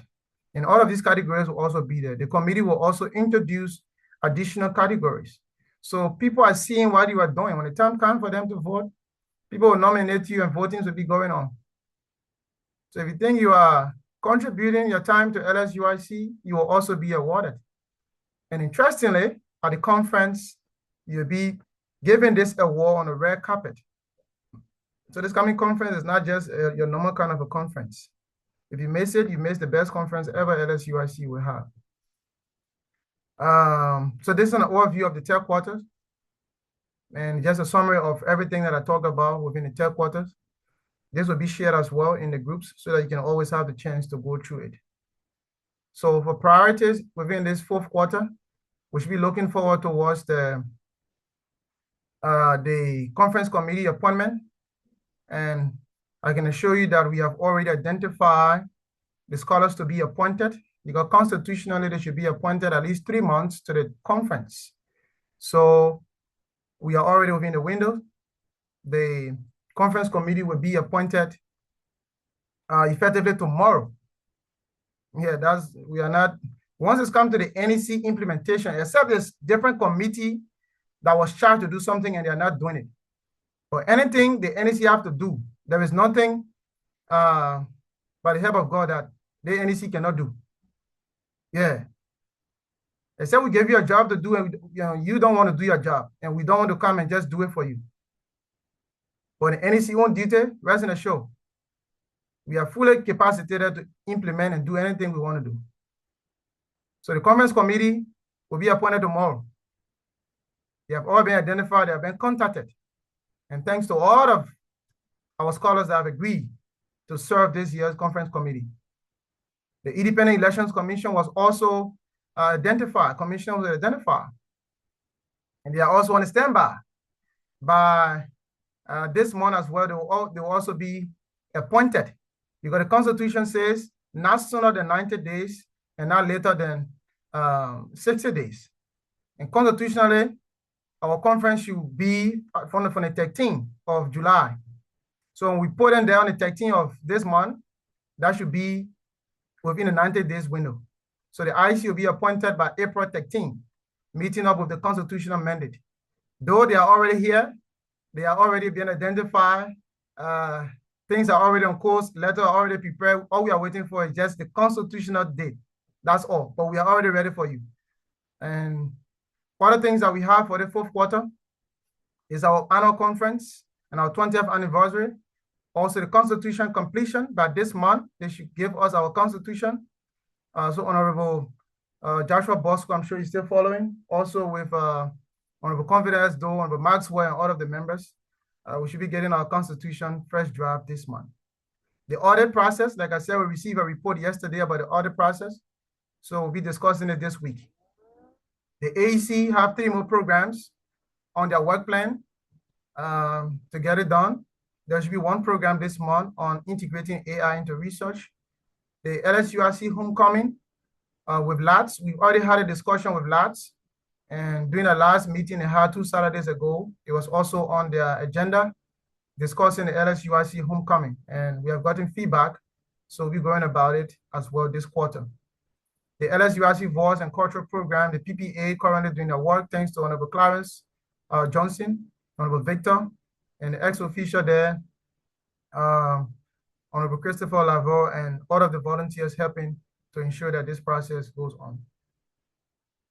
Membership and financial compliance, we're going to keep pushing so that scholars can also pay all of their dues and make sure that they are in compliance as well. The Google Drive archive completion, like I talked about, to archive all of what we are doing and put it into 1 folder so that the next leadership don't have to worry. The LSUIC Achievers Award, these are 9 things that we have to do this quarter within the next 3 months. All of these things we have to do. So you can just imagine the workload of the NEC. But rest in the show, we are capacitated to do it. And on this note, I want to announce that I will not be contesting again as a national president after this quarter. After this quarter, which is the 4th quarter, I will not be contesting in LSUIC, and this will be probably my last time serving LSUIC. The national vice president have also assured me that she will not be contesting, and consulted with her to also make it public today that she will also not be contesting in this upcoming elections. And many of the other NEC members have also said that they will not be contesting in this upcoming elections. So we don't have any interest in the elections. All we are doing is to ensure that the people after us be able to succeed and have a smooth transition of the leadership. So on this note, I will stop here and then turn it over to the presiding right now, which is the National Secretary General. Thank you, Honorable National President, His Excellency Honorable Orlando Tieblo, the NEC will not be contesting. I think we've come, we've served, and we've given our best to LSUIC. Take it to the bank. But we've done what LSUIC needed. So at about this time, we will ask for a motion to open the national president report for questions and answers. I think we got a motion already, so we can just go into Q&A. We got a motion We're first. using the general last motion, right? Yeah. Okay, no problem. So we will take questions. Yeah, I see the hand of Honorable Doe. Honorable Doe, you can kind of unmute your microphone and ask. Yes, so thank you to the president for giving his report. It was well presented, and I actually appreciate the narrative form of reporting you carried on. But just before I continue my next question, I want to ask you, is it okay? Because when the financial secretary was speaking, after I made a motion, I realized that you killed the motion. So is it okay that we accept unconstitutional practice to be placed in our archive? Speaking still on his report, because if he proposing fees for IC is unconstitutional, so are you saying we should allow it to go in the archive? The fee that are proposed is First not in question, the sir. financial report. The financial report is financial either presented today, don't have any AEC So how or then IC did he? fees. That was the So policy how he then was did? reading. The policy was different document. He read three. I think he had three different tabs open. One tab that he talked about, or one document, was the policy. Then before you go to the financial report. Yeah, Mr. President, you got all the information. What I asked for is for this report, for these things to be sent to us for 48 hours. If there are no claims and counter claims, then they can be accepted in the archive. I'm just trying, the motion I made is just trying to state things right. Because until I asked, no one else knew yet today that was the policy. We know it was in the report. So I'm still asking, can That these policy was documents be shared in released? all of the groups, Honorable. The financial Mr. policy and President, budget was shared. the man made some changes. The man made some changes. Even right now, he made some changes.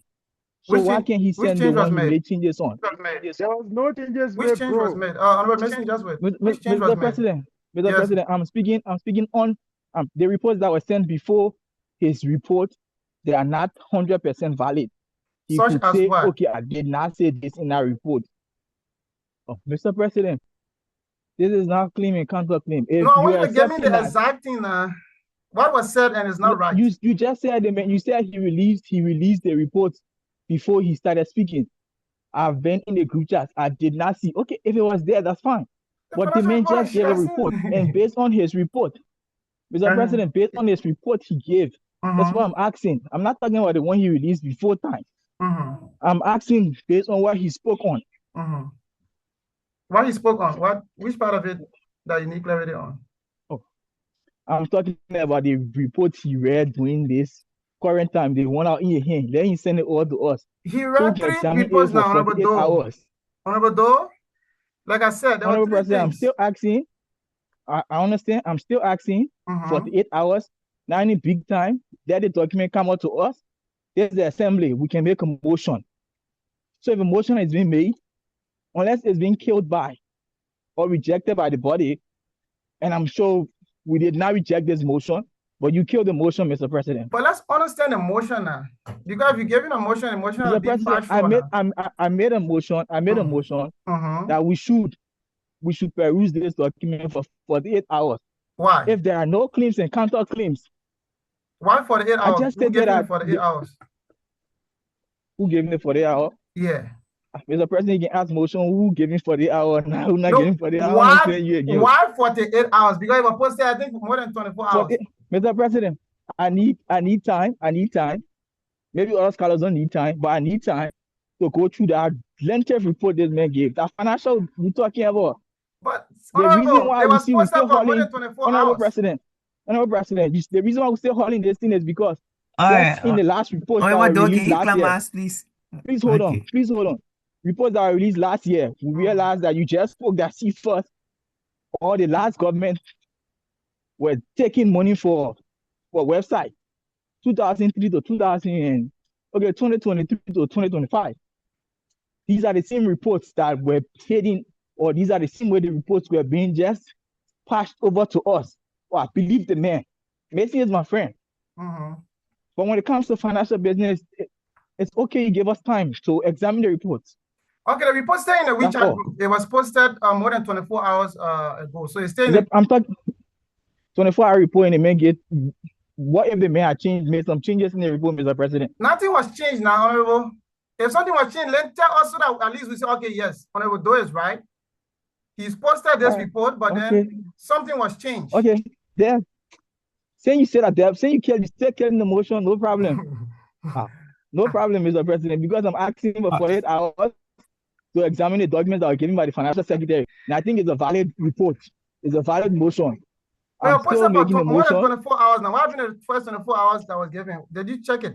Mr. President, after the man speak, we start counting his report. Anything he said before that time, it could be changed. But after the man has spoken, now we get recordings to it. Okay, so now please raise a motion so that we put upon it. Let's so that we can go quickly. Just raise a motion. Yeah, after hearing the hingy pingy hauling and pulling left to right, I am from Harbin, and I'm making a motion adjusting the previous motion that was made to accept all the reports that the financial secretary report be extracted from it and placed on a 48 hours review period, upon which, after there are no claims and counterclaims, this report be accepted after 48 hours. Okay. That's the motion, Mr. President. All right, so the motion has been put Officer presiding. All right. So the motion has been put forth. If you are in favor of the motion, kindly drop 1 in the chat box. If you oppose the motion, drop 2.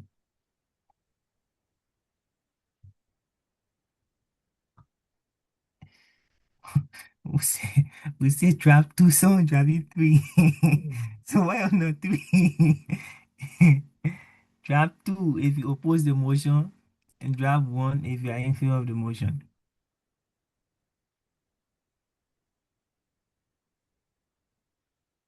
I'm not getting you. If you oppose the motion, what number If you oppose the motion, kindly drop 2. If you are in favor of the motion, drop 1. Okay, it's clear. So, it's the motion time for a bravo. Yeah, let's move on. All right, so yeah, I move on my question, Mr. President. Okay. Realizing that this place has been choked with. Honorable, can you I'm kindly still on the wait? floor. Can you I kindly asking wait? question, right? No, the Let's voting do the it. motion Yeah, now. let's do it. Let's Go do ahead. it. Okay. Yeah, let's do it. No problem.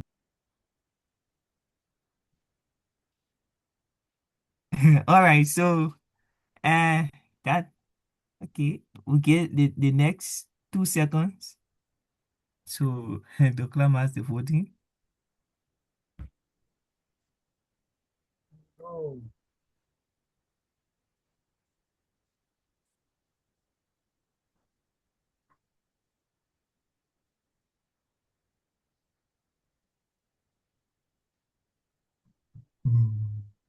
I think let's move on. So all right, so that was it for the voting. And as per the votes that we received, I think your motion was trash, and we declare your dead motion moving forward. So you can ask a question. Okay. Thank you. Yes, Mr. President, I'm an admirer of your leadership. Let me firstly state the words of one of the greatest presidents that ever survived in Africa, Julius Nyerere. He says, "Let America go to the moon. I will go back to my village and supply water." When you came in power, you actually went back to your village and supplied water for your people to drink. I am thankful for the fact that you've done all the great things here that you have seen. My question comes with the website that was hosted. Can we still count on you to keep up with this free website? Can we still count on your team as we realize that you provided, or tell us stop the step movement, or realize that you provided free website? Can we count on your team because we're looking at sustainability? If your teaming power, you did not take fees, can we call you tomorrow after you leave power to continue hosting our website for us? That's the first question, Mr. President. We'll go one by one. So the Mr. President, please wait. okay. The question you don't need to answer them. Let me come in and help you. So let me speak from technological point of view. He has provided his service pro bono for the first time. But even for hosting a website and maintenance, we have to pay him. That one part is a matter of must. Because today he telling us, okay, this is okay, because he's in leadership position. But let me just give you a scenario. Because I came here 2013, we have another website. The area we have problem was I was hosting a site because I was just it was just like a content management something that one guy built. Then at the end of the day, I play inside and try to make it to look nice. Yeah. But because of payment, because of hosting fee, we lost the domain. And today there's no LSUIC website, and we don't want to go to that route. So the issue about pro bono or free of charge, let's just have that erased completely. He will be paid. Correct. Honorable women, were you the one that they were paying the last money to from 2023 to 2025? Because I see you coming in defense of that. All right, asking the president a very good I'm coming question. now. The website I'm talking about, I'm coming. Let me just No, tell you this. But you saw I something being know played I there. know you Let's do it trying to. order now, guys. Gentlemen, please, I beg you. I come in. Let me just follow up to why you just trying to, because you're trying to horse string now. So let me tell you, that whole website you're talking about concerning 2025 or 2020 what, I'm not part of it. I'm not aware of that. I'm talking about before that time, 2013, from 2013 to 2016. I'm talking about that site that was built at the time. Because I left and I wrote LSUIC at the time for the domain. So the end of the day, because they didn't pay, we lost the domain. So once there's no domain, it means there's no website. So for maintenance and what have you, we will still reference him. So just have that at the back of your mind. Okay, thank you. Thank you so much, Mr. Sonkari with me.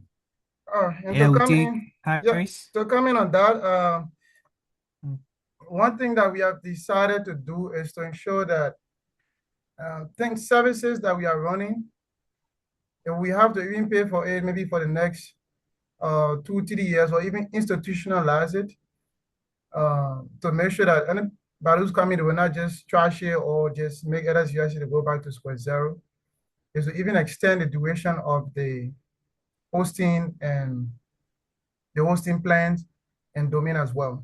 So at least if we can pay for it for another year, the new leadership will be coming, it will not be expiring in their year. So before they leave, also they add another one. So we'll always have 1 year in between. 1 year will always be there. So that way at least they can help us. But we'll settle that. And if I'll be paid, if I'll be available, if I'm still in China and you reach out, I will try to avail myself. And also, if any of the members in LSUIC, the national secretary will also be here to help you guys with the site as well. If any of the member in LSUIC or the next leadership, if you don't want to call us be with me or you call us be with me, you want to come to me now, it's up to you. But if you reach out and available, trust me, I'll help you. Yeah. Once I'm available, I'll let you. Yeah, with that being said, my parting comments, All Honorable right. Woli, I said my first. No, no, Honorable Honorable Woli, Doe, Mr. Honorable Doe, do I Presiding, can Mr. take you? Presiding, my parting Honorable comments, just Doe, I 30 can seconds. take you, No, sir. I was on the floor when Wemi came on the floor. My parting comments, please. Okay. My parting comments. Yeah. My parting comments, You please. get 5 seconds. 5 seconds. When I was 12 years old, I watched a beautiful movie called Lord of the Rings. I realized from that movie, and I started realizing how power is sweet. The ring was very good. For everybody that touched the ring, power going to them. I want to say thanks to the president and his team as they've decided to leave power peacefully. I salute you, Mr. President. 30 seconds finished. What do you tell your platform? Thank you so much, Honorable Doe. So yeah, we are gonna ask Harris. Can you unmute your mic and ask your question? Yeah, Harrison Boulder is my name, and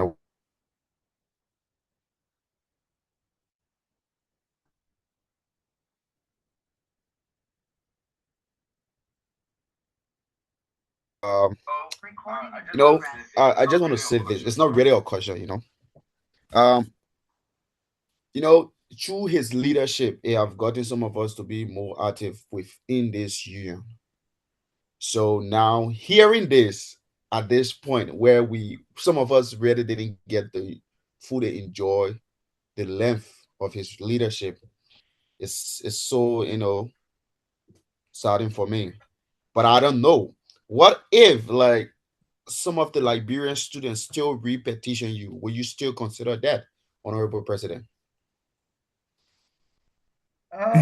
You are not the first May person not be talking about petition anything, petition.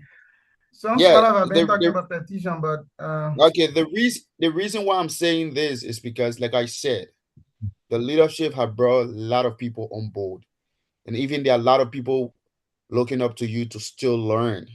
So also leaving that active space will also be like. So that's why I'm saying, will you consider if students comes together to repetition you to still be in that space?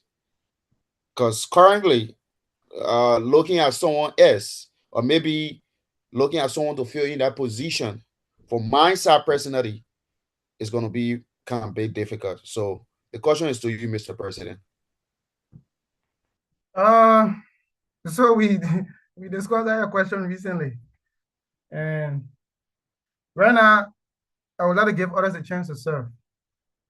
I think LSUIC has been in a position where we were, to an extent, certified to what we're getting, and we felt like this is all we can do. This is all we can achieve, and that's why we came together as a team and a family for legacy and influence, to at least help change the narrative a bit so that at least we open our eyes or open the eyes of others to understand that at least we can go beyond this, man. Yeah, we can go beyond this. So if petitions are brought forth, I don't want to now tell you that I'm not contesting. Yeah, this is what I can tell you. Um, yeah, I'm not contesting right now, Honorable. Thank you, thank you so much. We shouldn't talk too much before you say you're gonna think All right. Thank you, Honorable Harris. We take Honorable Eugene. Honorable Eugene Cylinder Bono. Is that you? My man, we two on the phone there, my man. Well, I have to be there before that time, so I'm ready. Okay. So you can ask your question. Yeah. Honorable Gaji. All right. Let me before I continue, let me just use this opportunity to say thank you to this great team headed by Orlando. Honestly, you guys have done well, and there is just one thing that my attention have been drawn to, and I think it is the immediate thing that have been discussed that we has to do with the the platforms that have been created, and we are telling our students now that, hey, put in your information. If you even leave from China, wherever you will be, you can even tell your parent that this is the student leadership and this is my information. You put it in, you will get my detail. So these are encouraging words we're giving our students, and most of them are excited because they do not have any database, even in high school, a university they graduated from, to prove those things. And we are realizing all that the entire leadership, no one is going back. We are deeply worried. New people coming. We are not at this point underestimating their ability, but your availability to continue the active working of those platforms is something that we are keen on. So we are hoping that you put a mechanism in place. I know I heard the honorable president say, if I'm in China, you can reach out to me. I hope we have something really done to continue that. That is a legacy that if it is not used tomorrow or continue, it might give a serious bad replication for our own leadership. I'm saying our leadership, we are all into it. And my question, Honorable President, and all the other leaders that are not going back, what is your expectation for the next leadership to come, having set this high bar in order of you going back? Thank you.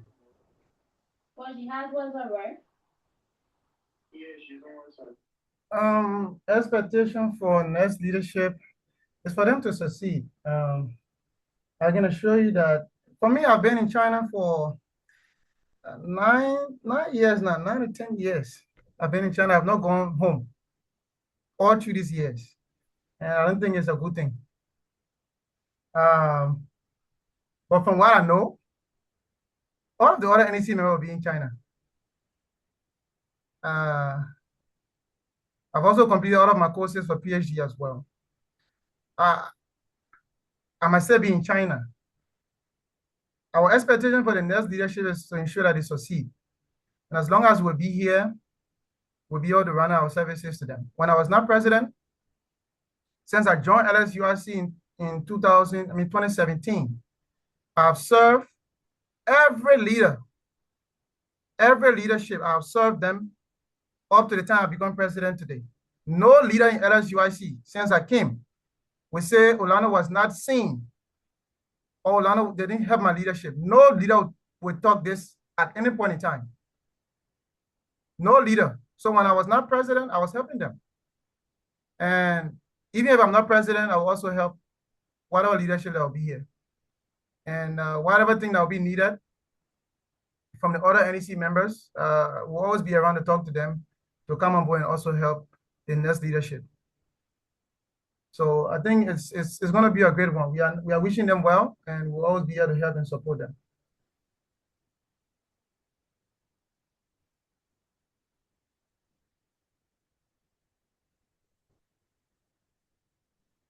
All right. So we take is that Honorable Isaiah Noah? I think so. Yeah. You can kind of unmute your mic and ask a question. All right.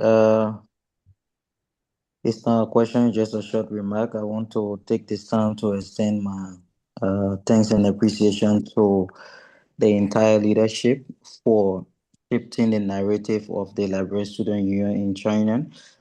And I don't see the statement made by the president that he won't contest for the next term to be, threatening because we believe we still have competent people around, except where people want to say that they are not competent enough to lead. Yeah, so I think we still have people around, and I think that shows a true sense of leadership. When you lead, you should be able to give way for other people to lead. This is not Liberia or Africa where someone want to die in power. So, Honorable President, I want to salute you and all of your co-officers who want to resign. It's an applause to you people. We appreciate you people for your service. And those now want to come after, you need to start getting prepared. It's obvious that many of us, some way, somehow, we've been like are in this position, and I think now this is the time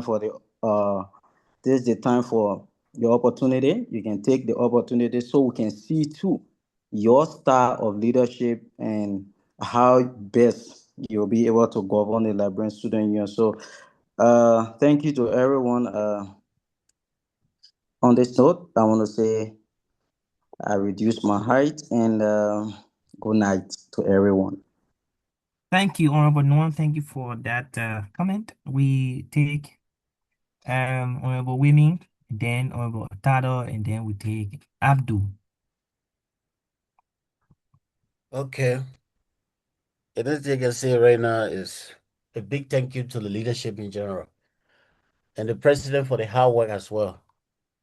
Because from technological point of view, to sit down and say that you are building such a site like what you did, I know it's extraordinary effort because we are all students. We know what we are going through, more especially PhD researcher. It's a hectic task. So thank you so much. Thank you for this. And this your name will be, written in LSUIC history because of what you've done. But for the maintenance level, then we will discuss that one because that's very that's very key. All the while I listened to all the what you said, but before you transition, there should be another team set up. If the team is not particularly part of the leadership, I mean the top leadership or the top management level, we need to have technical team that will manage the affairs of the site because they need to be indoctrinated to be able to maybe since you are the technical person, we need super users that will be taught about the content management. So that is also key. And I also identified something that the list of those that were, that have served. Nunta, I saw Mr. Nunta, he had a doctor title, so he's the current Minister of Agriculture. Agriculture, yeah. Yeah, so please put, because this is going on now, ACA, so please put a doctor title there because I saw Mr. Yeah. Yeah. So thank you so All right. much. You have done a lot for ASGRC, and the report was comprehensive. Yeah, thank you. All right. Thank you so much for that comment. And we take Honorable Tado, the COC1. Yeah, LSUIC was a Senate. thanks a lot. Thanks to the leadership. I think you guys, or should I say we, we we have given the people a chance to understand and see for themselves what a good leadership is. And now I think you all have the responsibility all to yourself to know how to cast your votes when it comes to the leadership within LSUIC and beyond, because you have tasted bad leaderships and you have also tasted good leadership. And now I think you have the chance to make that decision. And as the chairman of the team Legacy and Influence, I also felt bad when I got the information that the entire team is not going again. But and I wish that they were going to give us 2 rounds, but unfortunately they are saying that they don't want to go anymore, but we cannot force them to go again. So what I can say to all of you is that you have the option now. The entire place is open, and you can come in and step in if you are a good, better leader. Because these shoes that the guys that they have actually pulled down is a very big shoes to step in. And I hope that the people who will come after us can be able to do better job and not to take this year back into the stone age it was in before we could come. So, with that being said, Mr. President, whatsoever petition that comes, if 100, 200 students sign a petition and say you should get back, I mean, you can still pray about it. Sometimes when God wants you to do certain things, He will show to you. And I hope that you guys can actually reconsider if there's a need to, but if there's no need to, you guys can walk away as you have chosen to walk away and let the next people come in and take after. But thanks to you, the Vice President, who have done a very good job, the Secretary General, the Deputy Secretary General, and the Financial Secretary General, the Treasurer, our central bank, very, very trustworthy woman, and to our Honorable Chaplain, say they've all done well for us. So thanks to all of you, and in fact, the entire JB and the entire COC also have done a very good job. So thanks a lot to you people. Yeah, yeah, yeah. Just sounded like you. Yeah. Thank you so much, COC1. That's leadership. That's leadership. And then think about it. Once you stay somewhere for long, the respect can reduce. So we are preparing our team for Liberia. So yeah, Leo, let's go rest. Yeah, so We will Honorable Willie, take let's take the last two hands, then we last two can people. wrap up. Scholars wants to go home. Sure, sure, sure. Abdul, you can unmute your mic and ask a question, and then we'll take Honorable Plomo. Yeah, so I think it is necessary. Let me say greetings to everyone. Again, I'm Abdul and I'm following from Jingjo. So let me add my voice to the many voices and appreciate the team headed by President Orlando. You've done extremely well. I think over the period of time we follow, we've been in China for pretty close to 4 years. You've done extremely well in delivering a lot of things for the institution.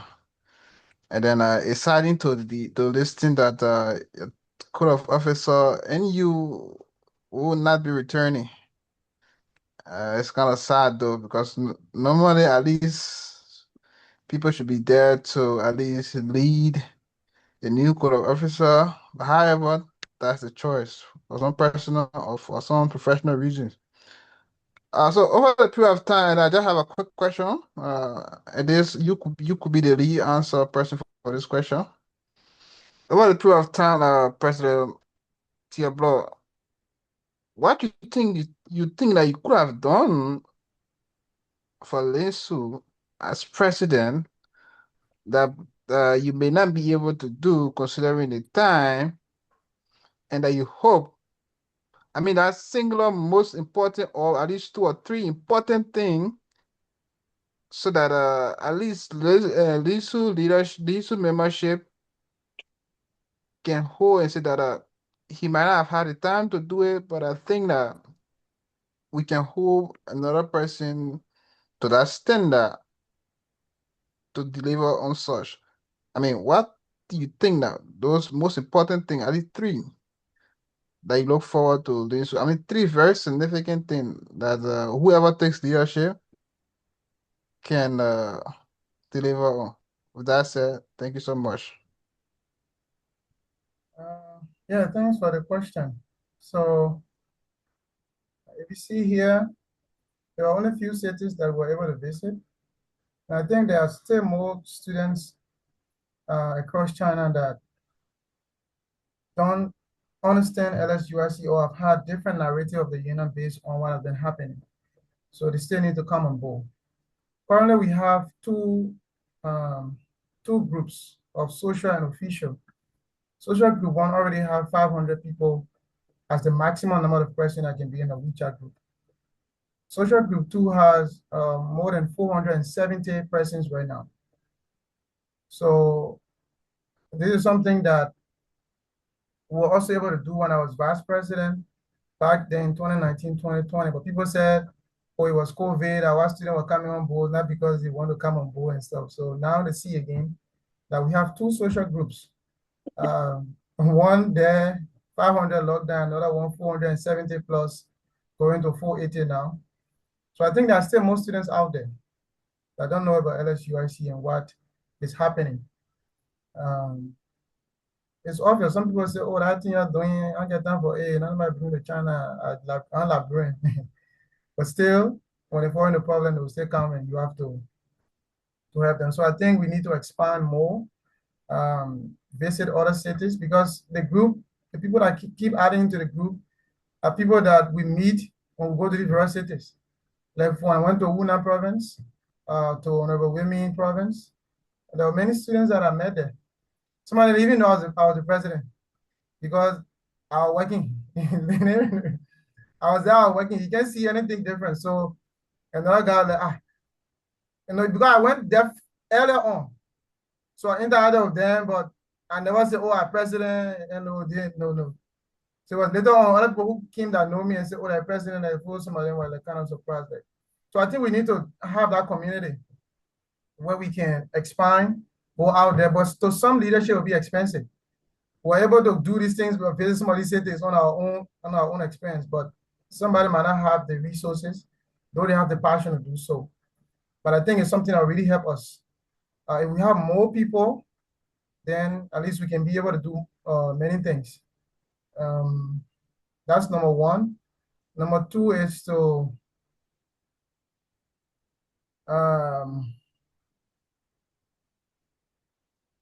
maybe I'll propose it to the CRC. Some of the members or some of the leaders say, oh, we are serving, but then we are paying more in due as leaders. We are not being paid. Maybe it's something that we can work around to see if leaders can pay out of the same or leaders can pay less. That way it might help to get more people willing to serve. Because many already understood that, okay, this thing is a free service. Nobody paying anybody to do it. So you come here, you be spending more money. So I think maybe we can reduce the dues for leaders. That can be something. I think it can help the good of it outweigh the bad in that aspect. So we'll propose it to the CRC and see if they can put in the constitution for the scholars to vote upon it. Thirdly, like we discussed, is to continue this path of growth or the trajectory of growth.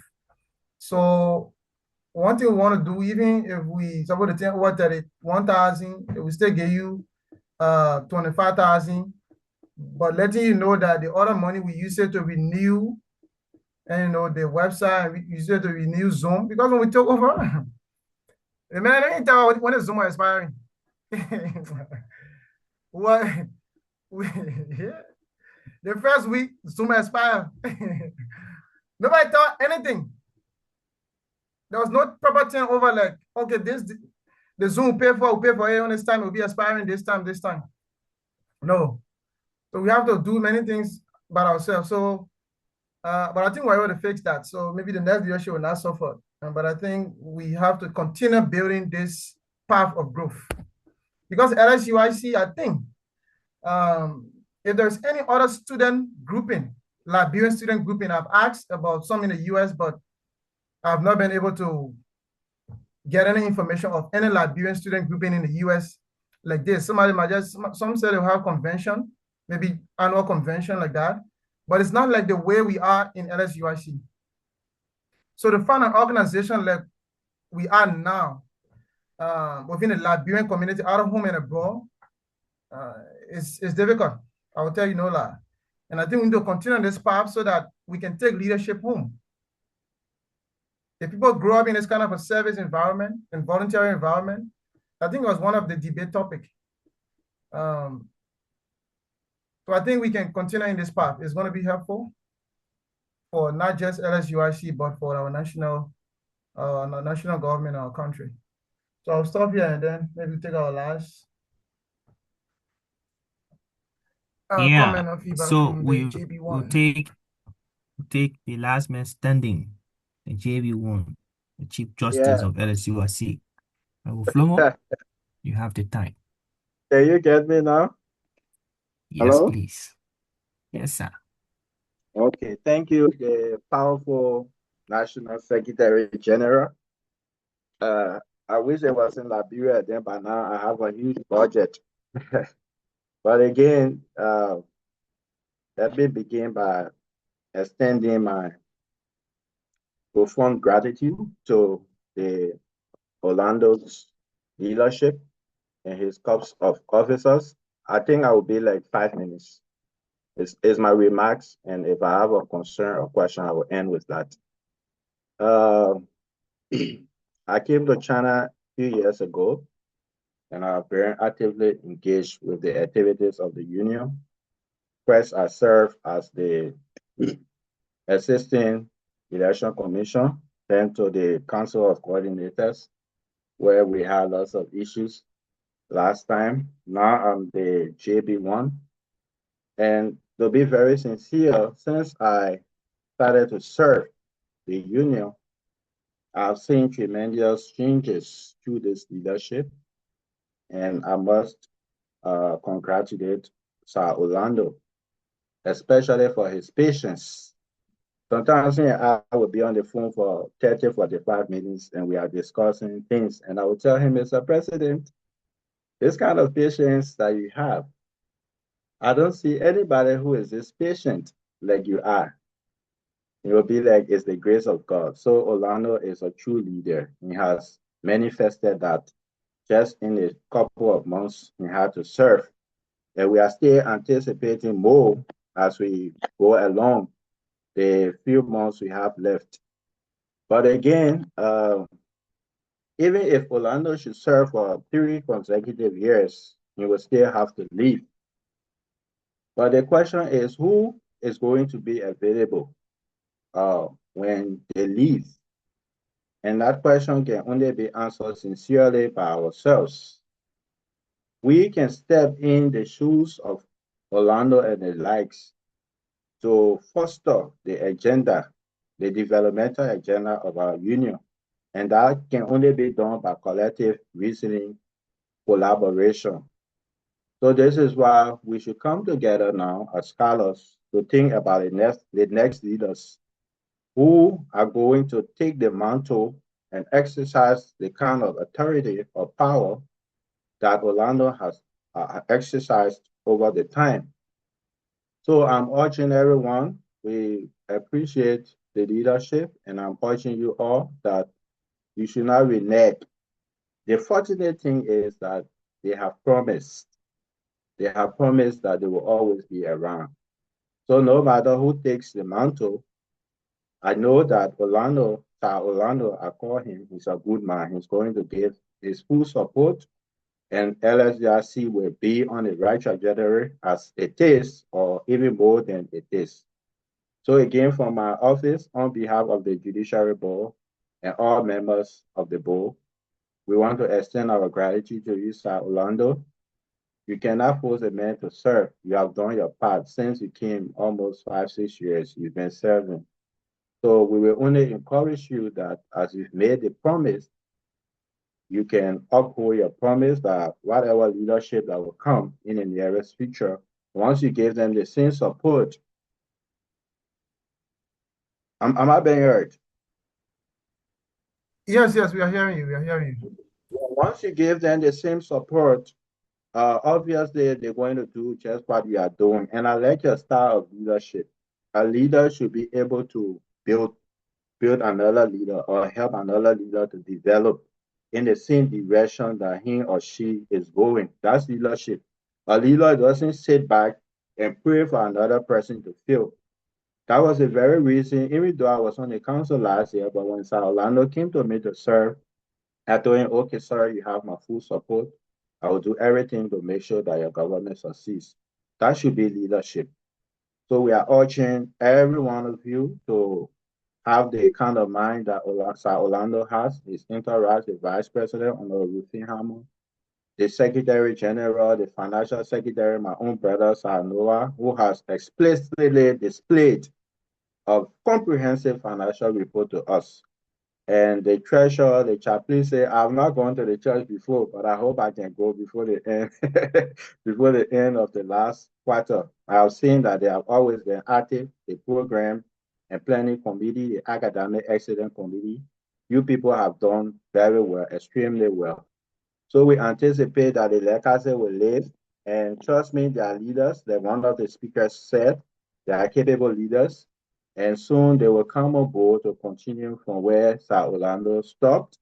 And by the grace, we are sure that Sir Orlando is going to coach those leaders, and things will be like this or more than this as we proceed with the union. So my concern or question to you, Mr. President, is are you promising this group that you are going to give your full support to whomever that will take the mantle of leadership for the union? Thank you. Yeah, so to your question, it depends on the next leadership. So if the next leadership come and they don't want Orlando around, then Orlando can force itself. There was something that I hear of recent that there was or there is this guy or there are a few guys who said as long as they're around, Orlando will never become president, or they should even sign around Orlando in LSUIC. It was recent that I heard that, and I was wondering why would somebody be wishing that every year people been thinking that I was going to contest. So why we think that okay, Orlando can never be president as long as I'm here? You're not law and gospel. So Honorable JB1, as long as whoever come to office and they are willing to get everyone on board, we'll be here to support. I will be here to run our services to when necessary. As long as you reach out, we'll always be available. And like I said in your inbox, and to also Honorable Emmett Amoni Green, there are a few leaders in LSUIC who, when you message them, I think they are very good at communication. Honorable Emmett, if you message him, that message will not take long. You get a reply. The same way Honorable Kingsford. I don't know if some of you have interacted with them or have messaged them. The moment you message them or you reach out, you always get a reply. There are some people who you message them, they will see a message, or they're in the same group. They will be in that same group chatting, knowing where they have a message unread. And also Honorable Cephas Johnson, he's very responsive as well. These three leaders, when it comes to their response or their response time, I think they are good. They are good at that. Some people, I think we keep growing or we keep moving on. But I'll be available. Once you message me, for me, I'm always on the internet. So anytime you message me, I'm always available. You can be anybody. You for your Ginzo, you message me, or you always get Orlando. But though, I see you. The last time you put me on, I was gonna know, but I told you about it. Yeah, so I think thank you so much. We can just now take I think we took the AOB and everything combined. So let's just take the I think remarks. I think we have to take remarks again. Right? Everything also part of you.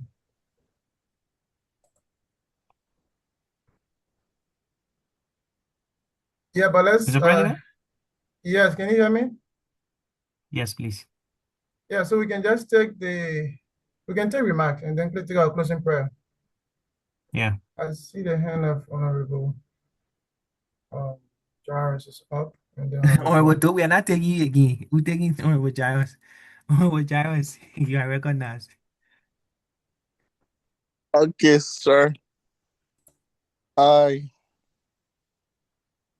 having listened to this meeting, since I joined by 8, now it's 1 o'clock. I want to tell the leadership thank you. Honorable President and your team, thank you for the leadership of this union thus far. Despite we are not we haven't stayed long in China or get more history as compared to other scholars. But I can say, I since we came 2024 and we've been around, like hearing about the student union and getting fully involved this fiscal year.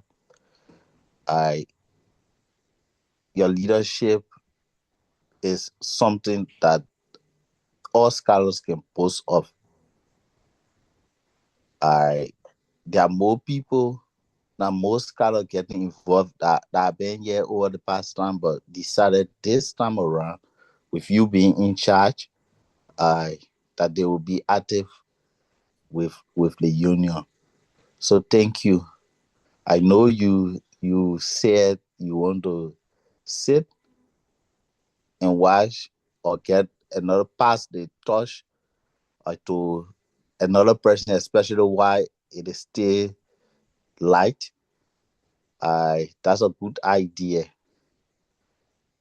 But in so doing, I'm adding my voice to the number of voices that came before me. I As you pass on the light to the leaders that will come after you, I please stay around to tell them how you kept the torch burning. You are truly an inspiration to this union and to the Liberian students here in China and even back home. So thank you very much, Honorable President. I thank you.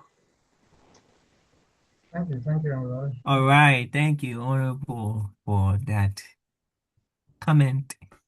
I'm seeing the hands of Honorable Doe, except he promised not to repeat Nakawaba quotation. But you can't unmute your mouth and make your remark. We don't want to hear Nika Cabra. We want to hear the one what you talk today. Say something else. Honorable Doe, you have the time, Yeah, sir. yeah. I'm an Yes, African please. man, so Yes, I please. like Yes, Kwame please. Nkrumah. I mean, I talking. I like Kwame Nkrumah. I like the guys, the great guys. Mr. President, I want to say thanks to your leadership for this great work. While it's true, several of us will be saying we want you to go 2 terms, we want you to stay in power. But I like the stand you've taken to say no. Just as you watched in the Lord of the Rings, leadership has to be turned over, and now we'll be saying, "Oh, let the president stay, let the president stay." When the president stay next year, and something else start happening, oh, the men so still want them, the men so still want them. Mr. President, you've served us. We are grateful for the fact that you served us. If I can stay on this LSUIC platform, anytime you have a meeting, I just appreciate the fact that you can allow us to air our differences.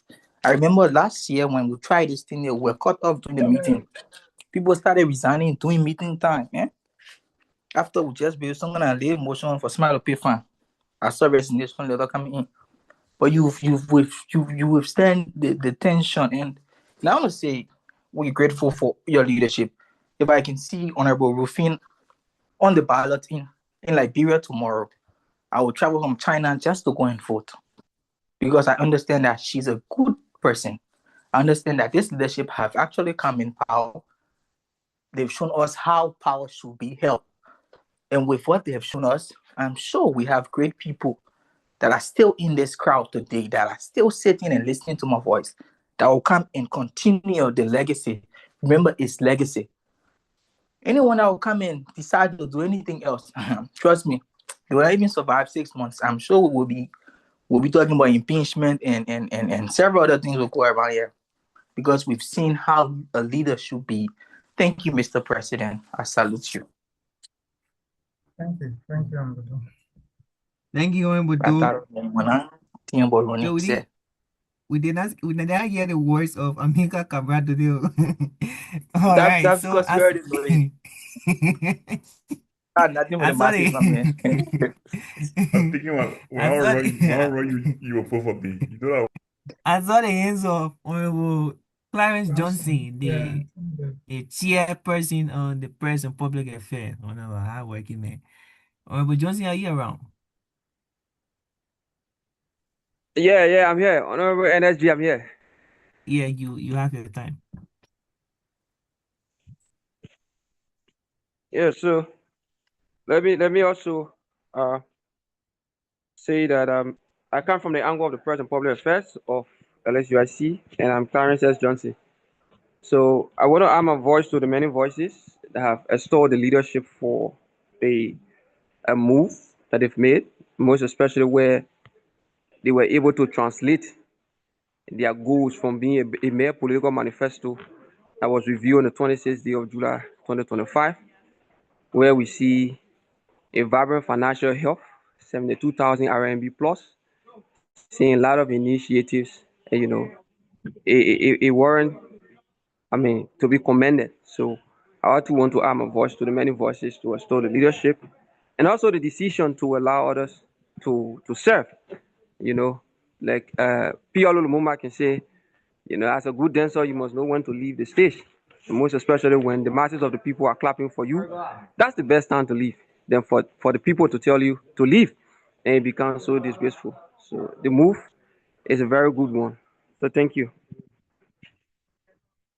Thank you, Honorable Chairman of the Press and Public Affairs. So at this time, we will take a remark from the NEC. Honorable Remark VP. from the NEC. Honorable Phoebe, are you around? VPO. Yeah, I'm here.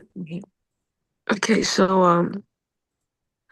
on behalf of the National Executive Committee, we're thankful that at least we're able to conclude this third quarter report. If everybody say, yeah, anything possible, we're not going back, we tired, we don't work. The things that are happening behind No. the scenes, we tired, we need to go rest. Right now, I even want to go and leave, but the president can't allow me. I won't go and retire me, but the president said no. Olana can make work, we tired. No leave for you. All You know right. what I'm going to leave for. So, so we want to say thank you to everybody. I mean, there are people who have been on here since 8 o'clock, and now it's after 1. We want to say thank you to the student body and thanks to the leaders as well. It has been an amazing few months, and we are grateful to God.